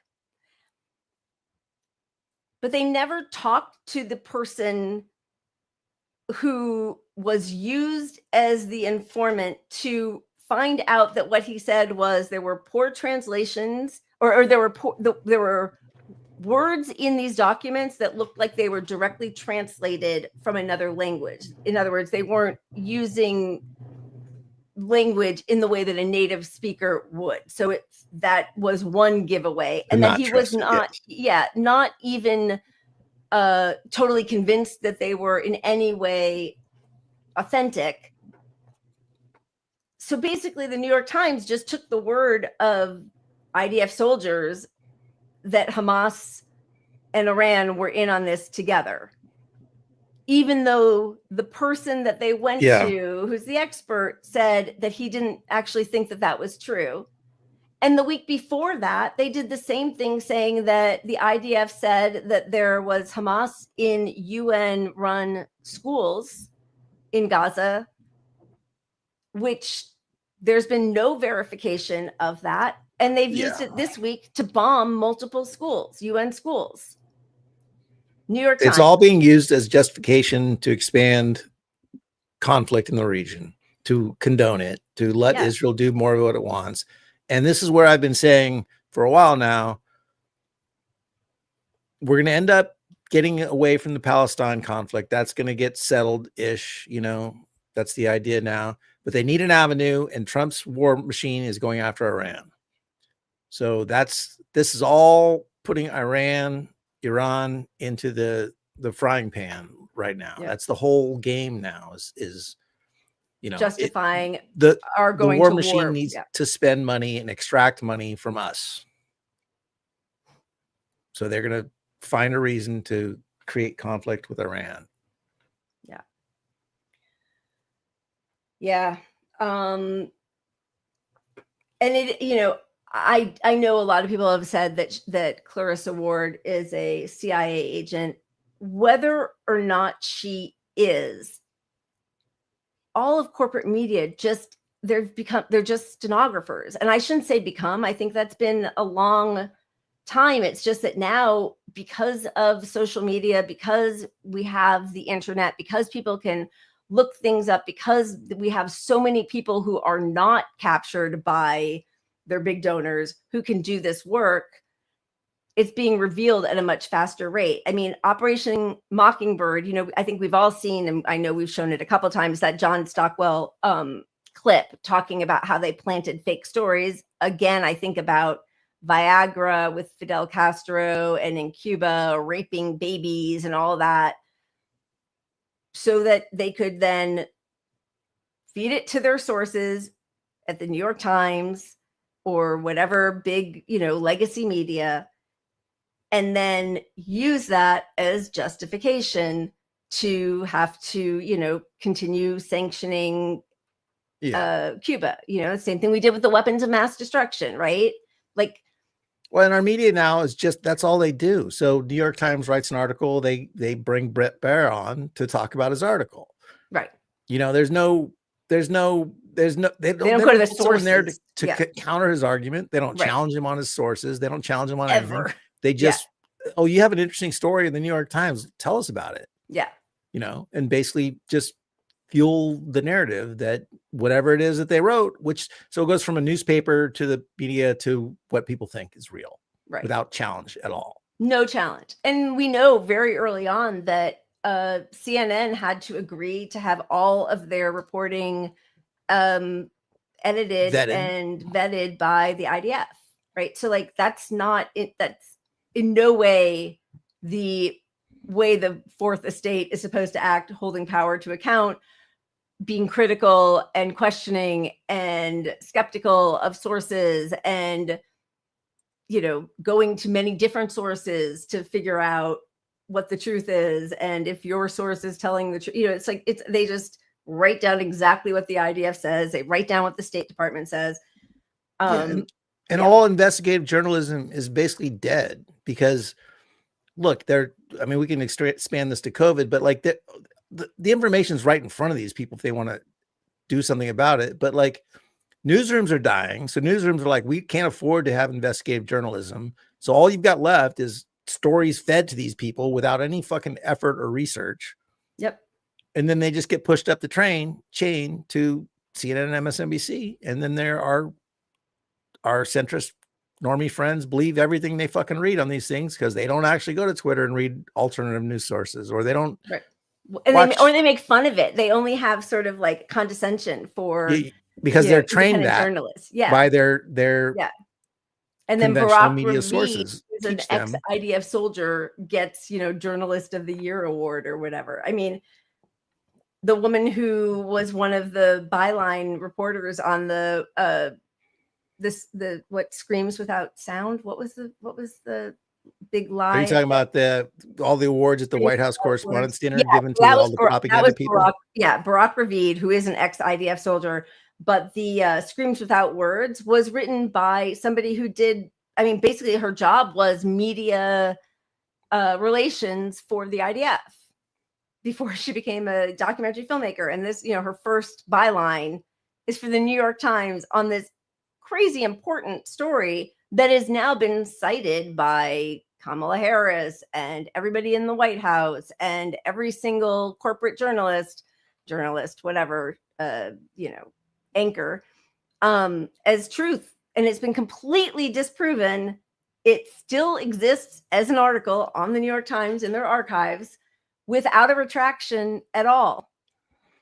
Yep. And it only works because for 20, 30 years, our media has pushed this narrative of it's complicated. Yeah. Right. So that, even if you hear that and you're like, oh, that might be true. Well, it's complicated because I know it's complicated because I heard that for 20 years. Right. Right. So it's complicated. I don't know. Maybe you're right, Lila. Self-defense. Maybe Israel's wrong on this stuff, but I know it's complicated because it's the Yeah. Middle East, religions battling and they're in a bad neighborhood and it's self-defense. Imagine bombing 3 countries at the same time for self-defense when there's been a ceasefire deal on the table since October 2023. And then taking over land, occupying it, ethnically cleansing it as self-defense. And not questioning all of this after they all got Iraq wrong in the media, in the politics, and did a whole like, from now on, we got to question things. They did their whole mea culpa after wagging the tail to get us into war, to bomb 1 million innocent Iraqis. Yeah. Completely wrong. That's on us. That's a genocide. That's, Yeah. when these guys are just like, well, now we can't question it, Yeah, it's they really learn hideous. nothing. They learn nothing. And, going back to like terror, this is terrorism. The way the U.S. comports itself in the world is terrorism. We are seen as the biggest threat by most nations to their peace. And this is all, these people are allowed to sit in the green room and then come on camera and talk to all of these anchors and everybody's polite. But then they're going to wax poetic about Luigi Mangione and the support he has and how reprehensible that is. So I just have no patience for any of them at all. Are we moving on from fake news? Oh, you just went mute. What happened? Did I mute you? Oh, the audience muted me. Clarissa Ward, fake news of the week. I mean, do better. Retire, like out. She should just leave in total disgrace, but she won't because there's so many people worse than she and who've done it for longer. So whatever. Just another. What's the over under on her getting an award for that journalism? Because she was lobbying for it from the start. Yeah, it was. This is my moment. Pushed up like in 20 years. This is the best thing I've ever done. Yeah, I'm sure. Yeah. Ugh. All right. What are we moving on to? We got the wheel, but we got the wheel. Let's do it. All right. Yeah, baby.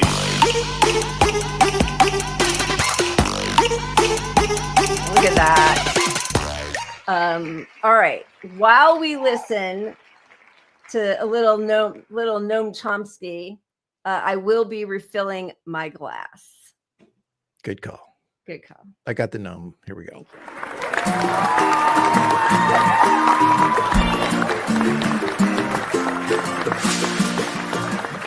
Well, I'm quite happy to accept the definition of terrorism that the official definition that one finds in the U.S. Code and in Army manuals. In fact, for 20 years I've been writing about international terrorism, and I constantly use that definition.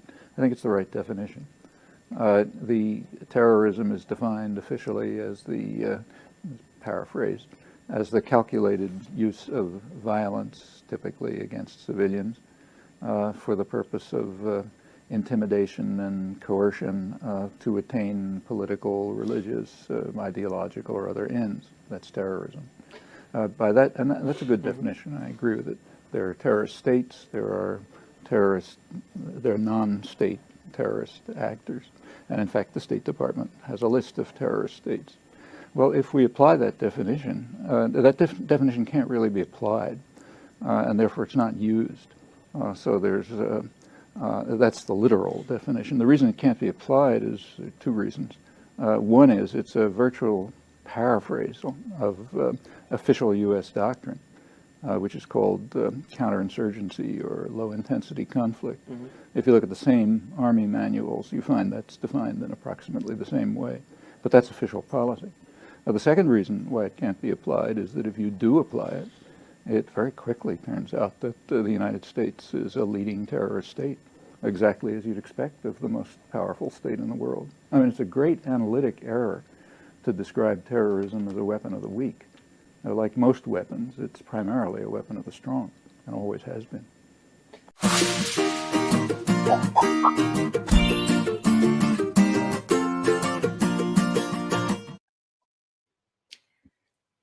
I will Exactly miss right. him. Yeah, he's exactly right. Geez, I don't know if we want to watch this horrific video of the UN bombing by Israel, which again, you know, they planted the story that Hamas, you know, revealed that there were, you know, Hamas workers, just the way they did for UNRWA and how we've defunded UNRWA entirely. They did the same thing with the UN schools they've just bombed. You know, the slaughtering continues daily with fewer and fewer on the ground journalists because they are all being assassinated. And you know, the latest one, not the latest one, and he wasn't a journalist, but Khaled Nabam, I don't know if I'm saying that right, who was killed 2 days ago, who is the one who said "soul of my soul" about his granddaughter when she was killed, and sort of became like a, you know, just listen, we all need heroes and people to bring us some hope and love. And I don't want to make anybody like a cartoon character of a virtuous person. I don't know anything else about him except that I think he brought a lot of light and love in a very, like, in this horrifying time. And they killed him too because he was he had become a, you know, a figure for Palestinians and for the rest of us, you know, looking at our phones every day of possibility of some kind of different ending to all this. And he was just killed also. So I don't know how much we need to get into all of this. There was just a really, really good in-depth article by Air Wars that sort of breaks down the difference between the way this war is being waged, war, slaughter, genocide, massacre, siege of Gaza in particular, versus other wars. And the number of civilian deaths just far outweighs any other war in recent history. That I also know that we're getting close to 2 hours, so I don't know how much we want to delve into it. No, let's just go with it. All right. So this, just as a reminder, is Rafah in southern Gaza, where not a single building remains. It's just been completely demolished. I mean, look at that. Look at how much worse that is from pictures from 3 months ago. That I literally see like one building in the middle sort of standing and two way off on the right. But there's nothing left here. This country is gone.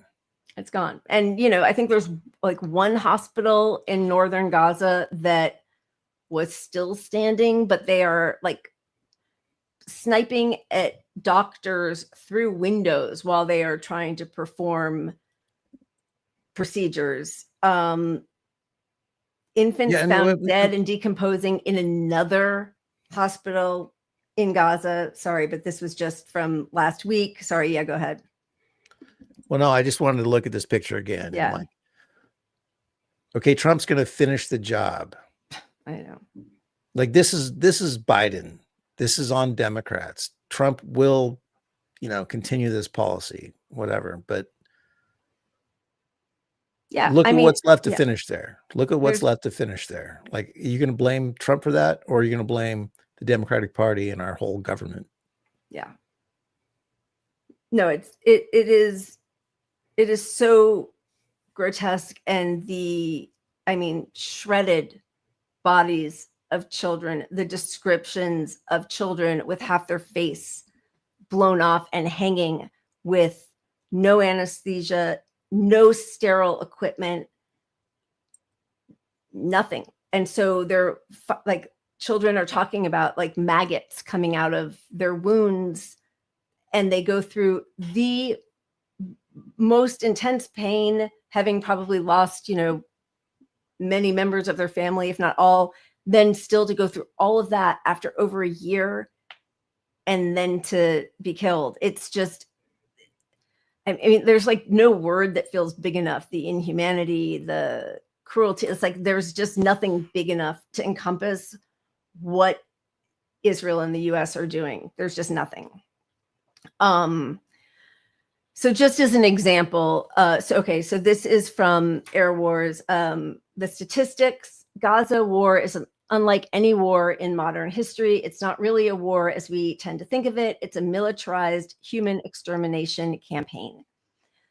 A key metric by which experts in civilian protection assess how militaries conduct warfare, and by proxy, the level of attention paid to civilian harm, is the number of civilians killed per incident. Civilian harm expert Larry Lewis has pointed to the magnitude of civilian harm per incident as key to understanding the overall risk to civilians from military actions. Air Wars data shows that by this metric, the first month in Gaza was more deadly than any conflict previously documented. At least 55,139 civilians were killed in Gaza in 25 days in October 2023. This is nearly 4 times more civilians reported killed in a single month than in any conflict Air Wars has documented since it was established in 2014. In October 2023 alone, Air Wars documented at least 65 incidents in which a minimum of 20 civilians were killed in a particular incident, nearly triple the number of such high fatality incidents that Air Wars has documented within any comparable time frame. Over the course of 25 days, Air Wars recorded a minimum of 1,900 children killed by Israeli military action in Gaza. This is nearly 7 times higher than even the most deadly month for children previously recorded by Air Wars.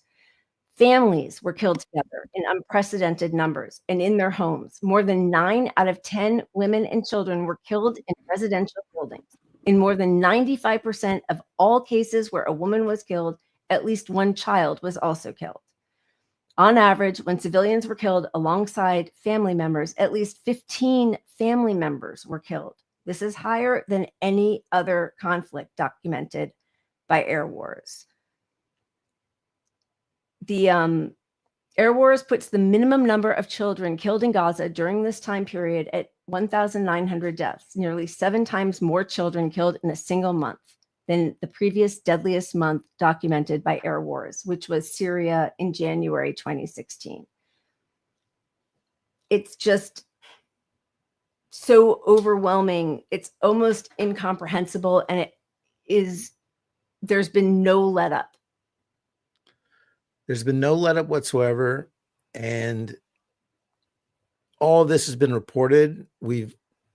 Everyone who has the capability, who's not in the government, but every human rights watch group, Amnesty International, I mean, you name it, every group has said this is a genocide, and most of them have said it for 6 to 9 months already, and nothing is happening, and nothing. And we're just getting gaslit by our media and both sides politically. It's just,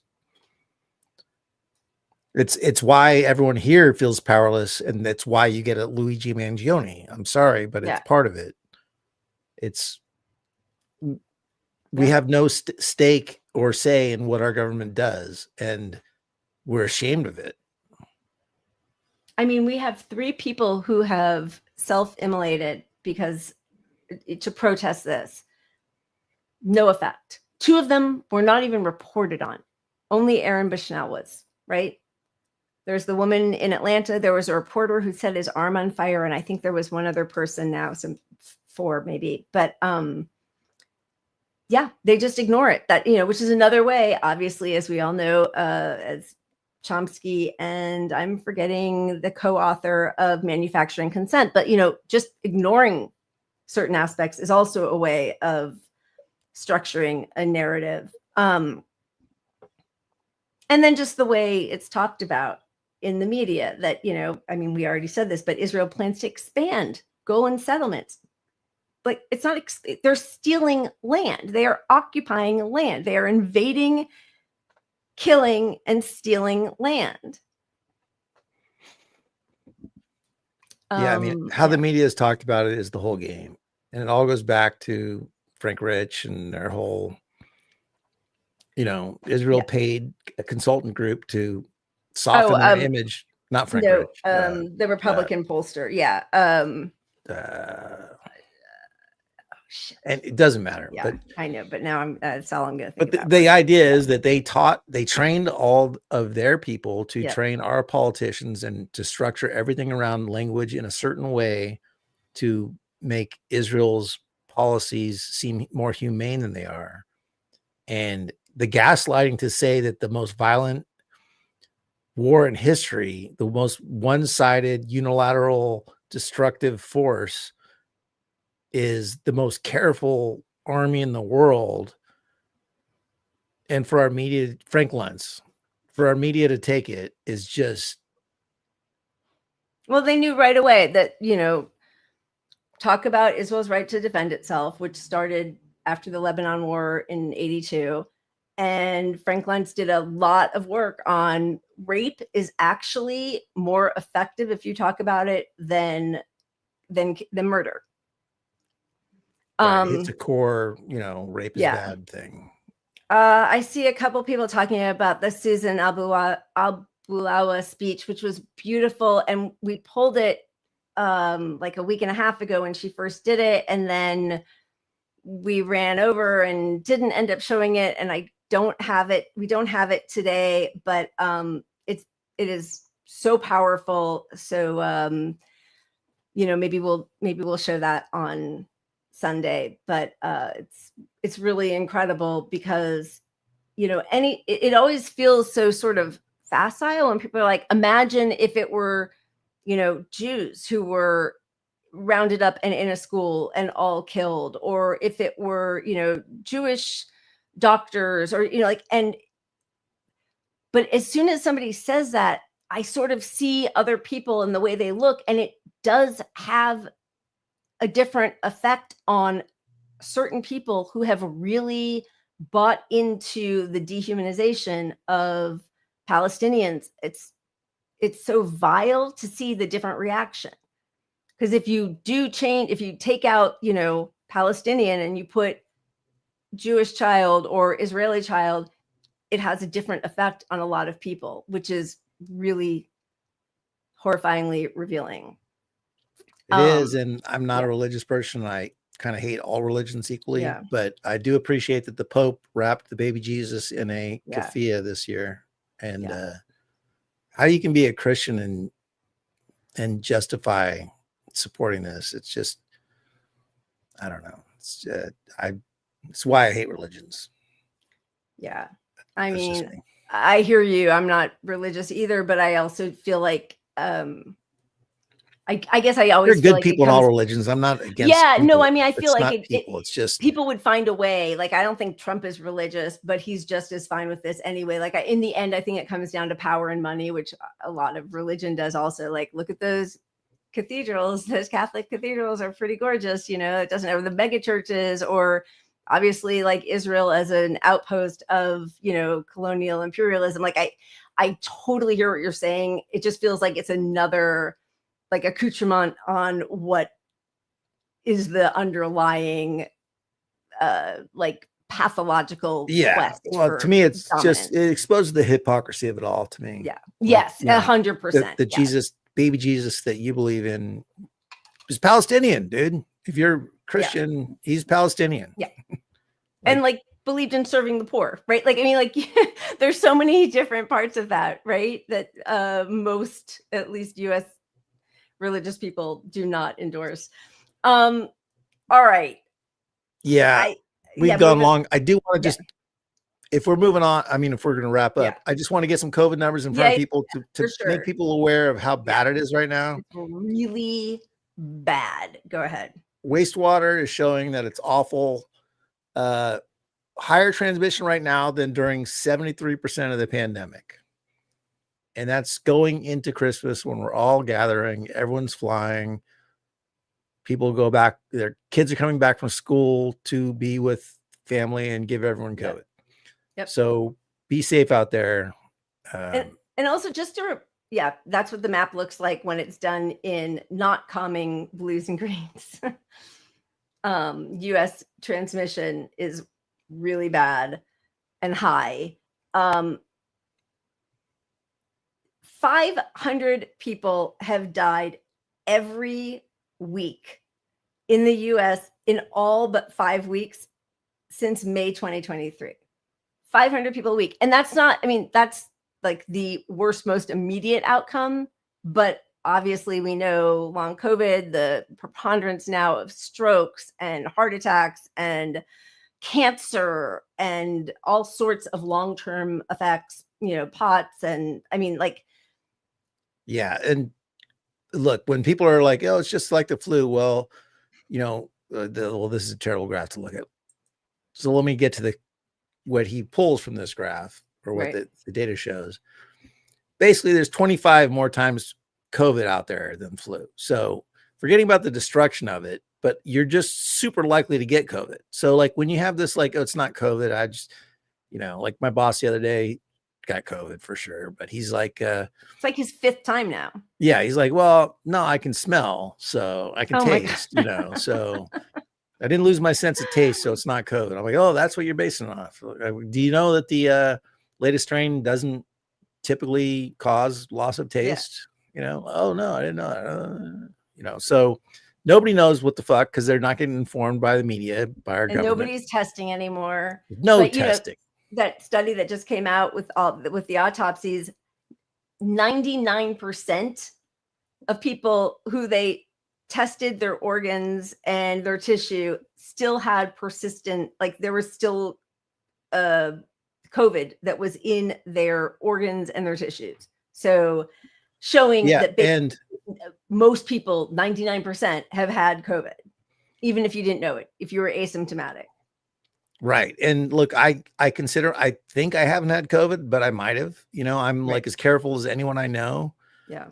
But it's a good chance I've had it. It's just the way it works. I got sick right at the beginning before COVID was a thing. So it was the sickest I've been in my life right before COVID became a thing. So that was probably COVID. Right. Right. But who knows? But there is a big study that came out from Oxford. Vaccination prior to COVID infection does not affect the neurological manifestations of long COVID, which is to say that the vax only thing does not prevent you.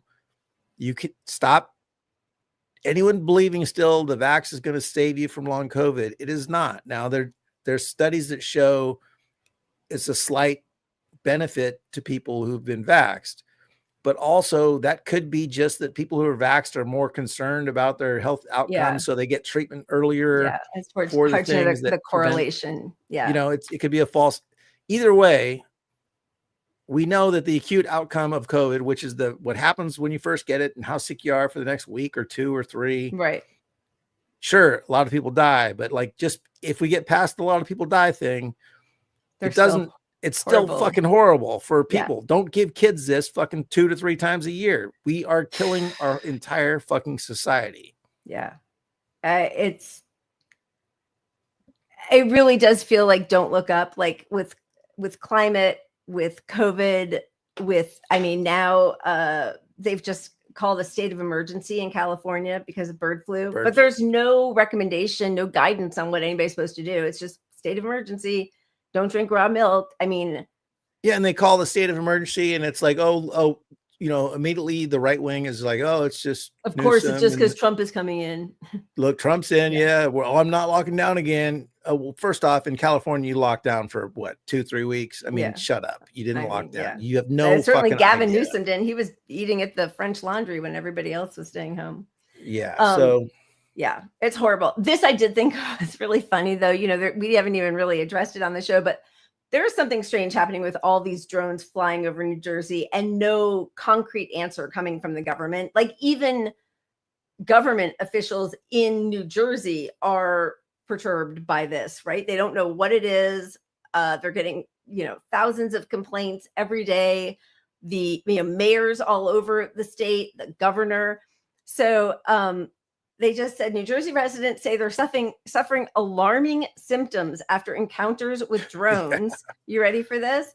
They say in the wider tri-state area, they claim they've become mysteriously ill after seeing drones in the sky. After witnessing or reading about the devices, residents revealed how they started coughing, suffering from a blocked or runny nose, or experienced puffy, watery eyes. One woman in New Jersey said she became so sick it felt like she was coughing up my lung, while a second in New York City said her blocked sinuses must be because of the drones over Staten Island. So it's not COVID, it's the drones. Crazy. Shoot me. Totally crazy.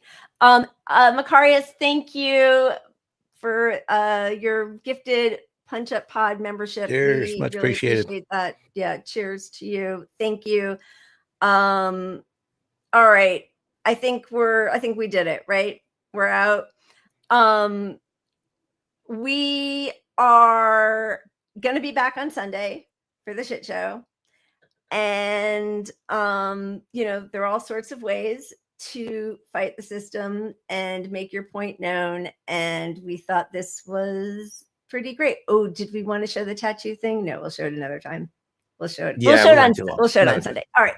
Maybe we'll edit the video audio out, but change it to Not As Good Song. Something less. All right. Cheers, you guys. We love you. Keep punching up. We'll see you on Sunday.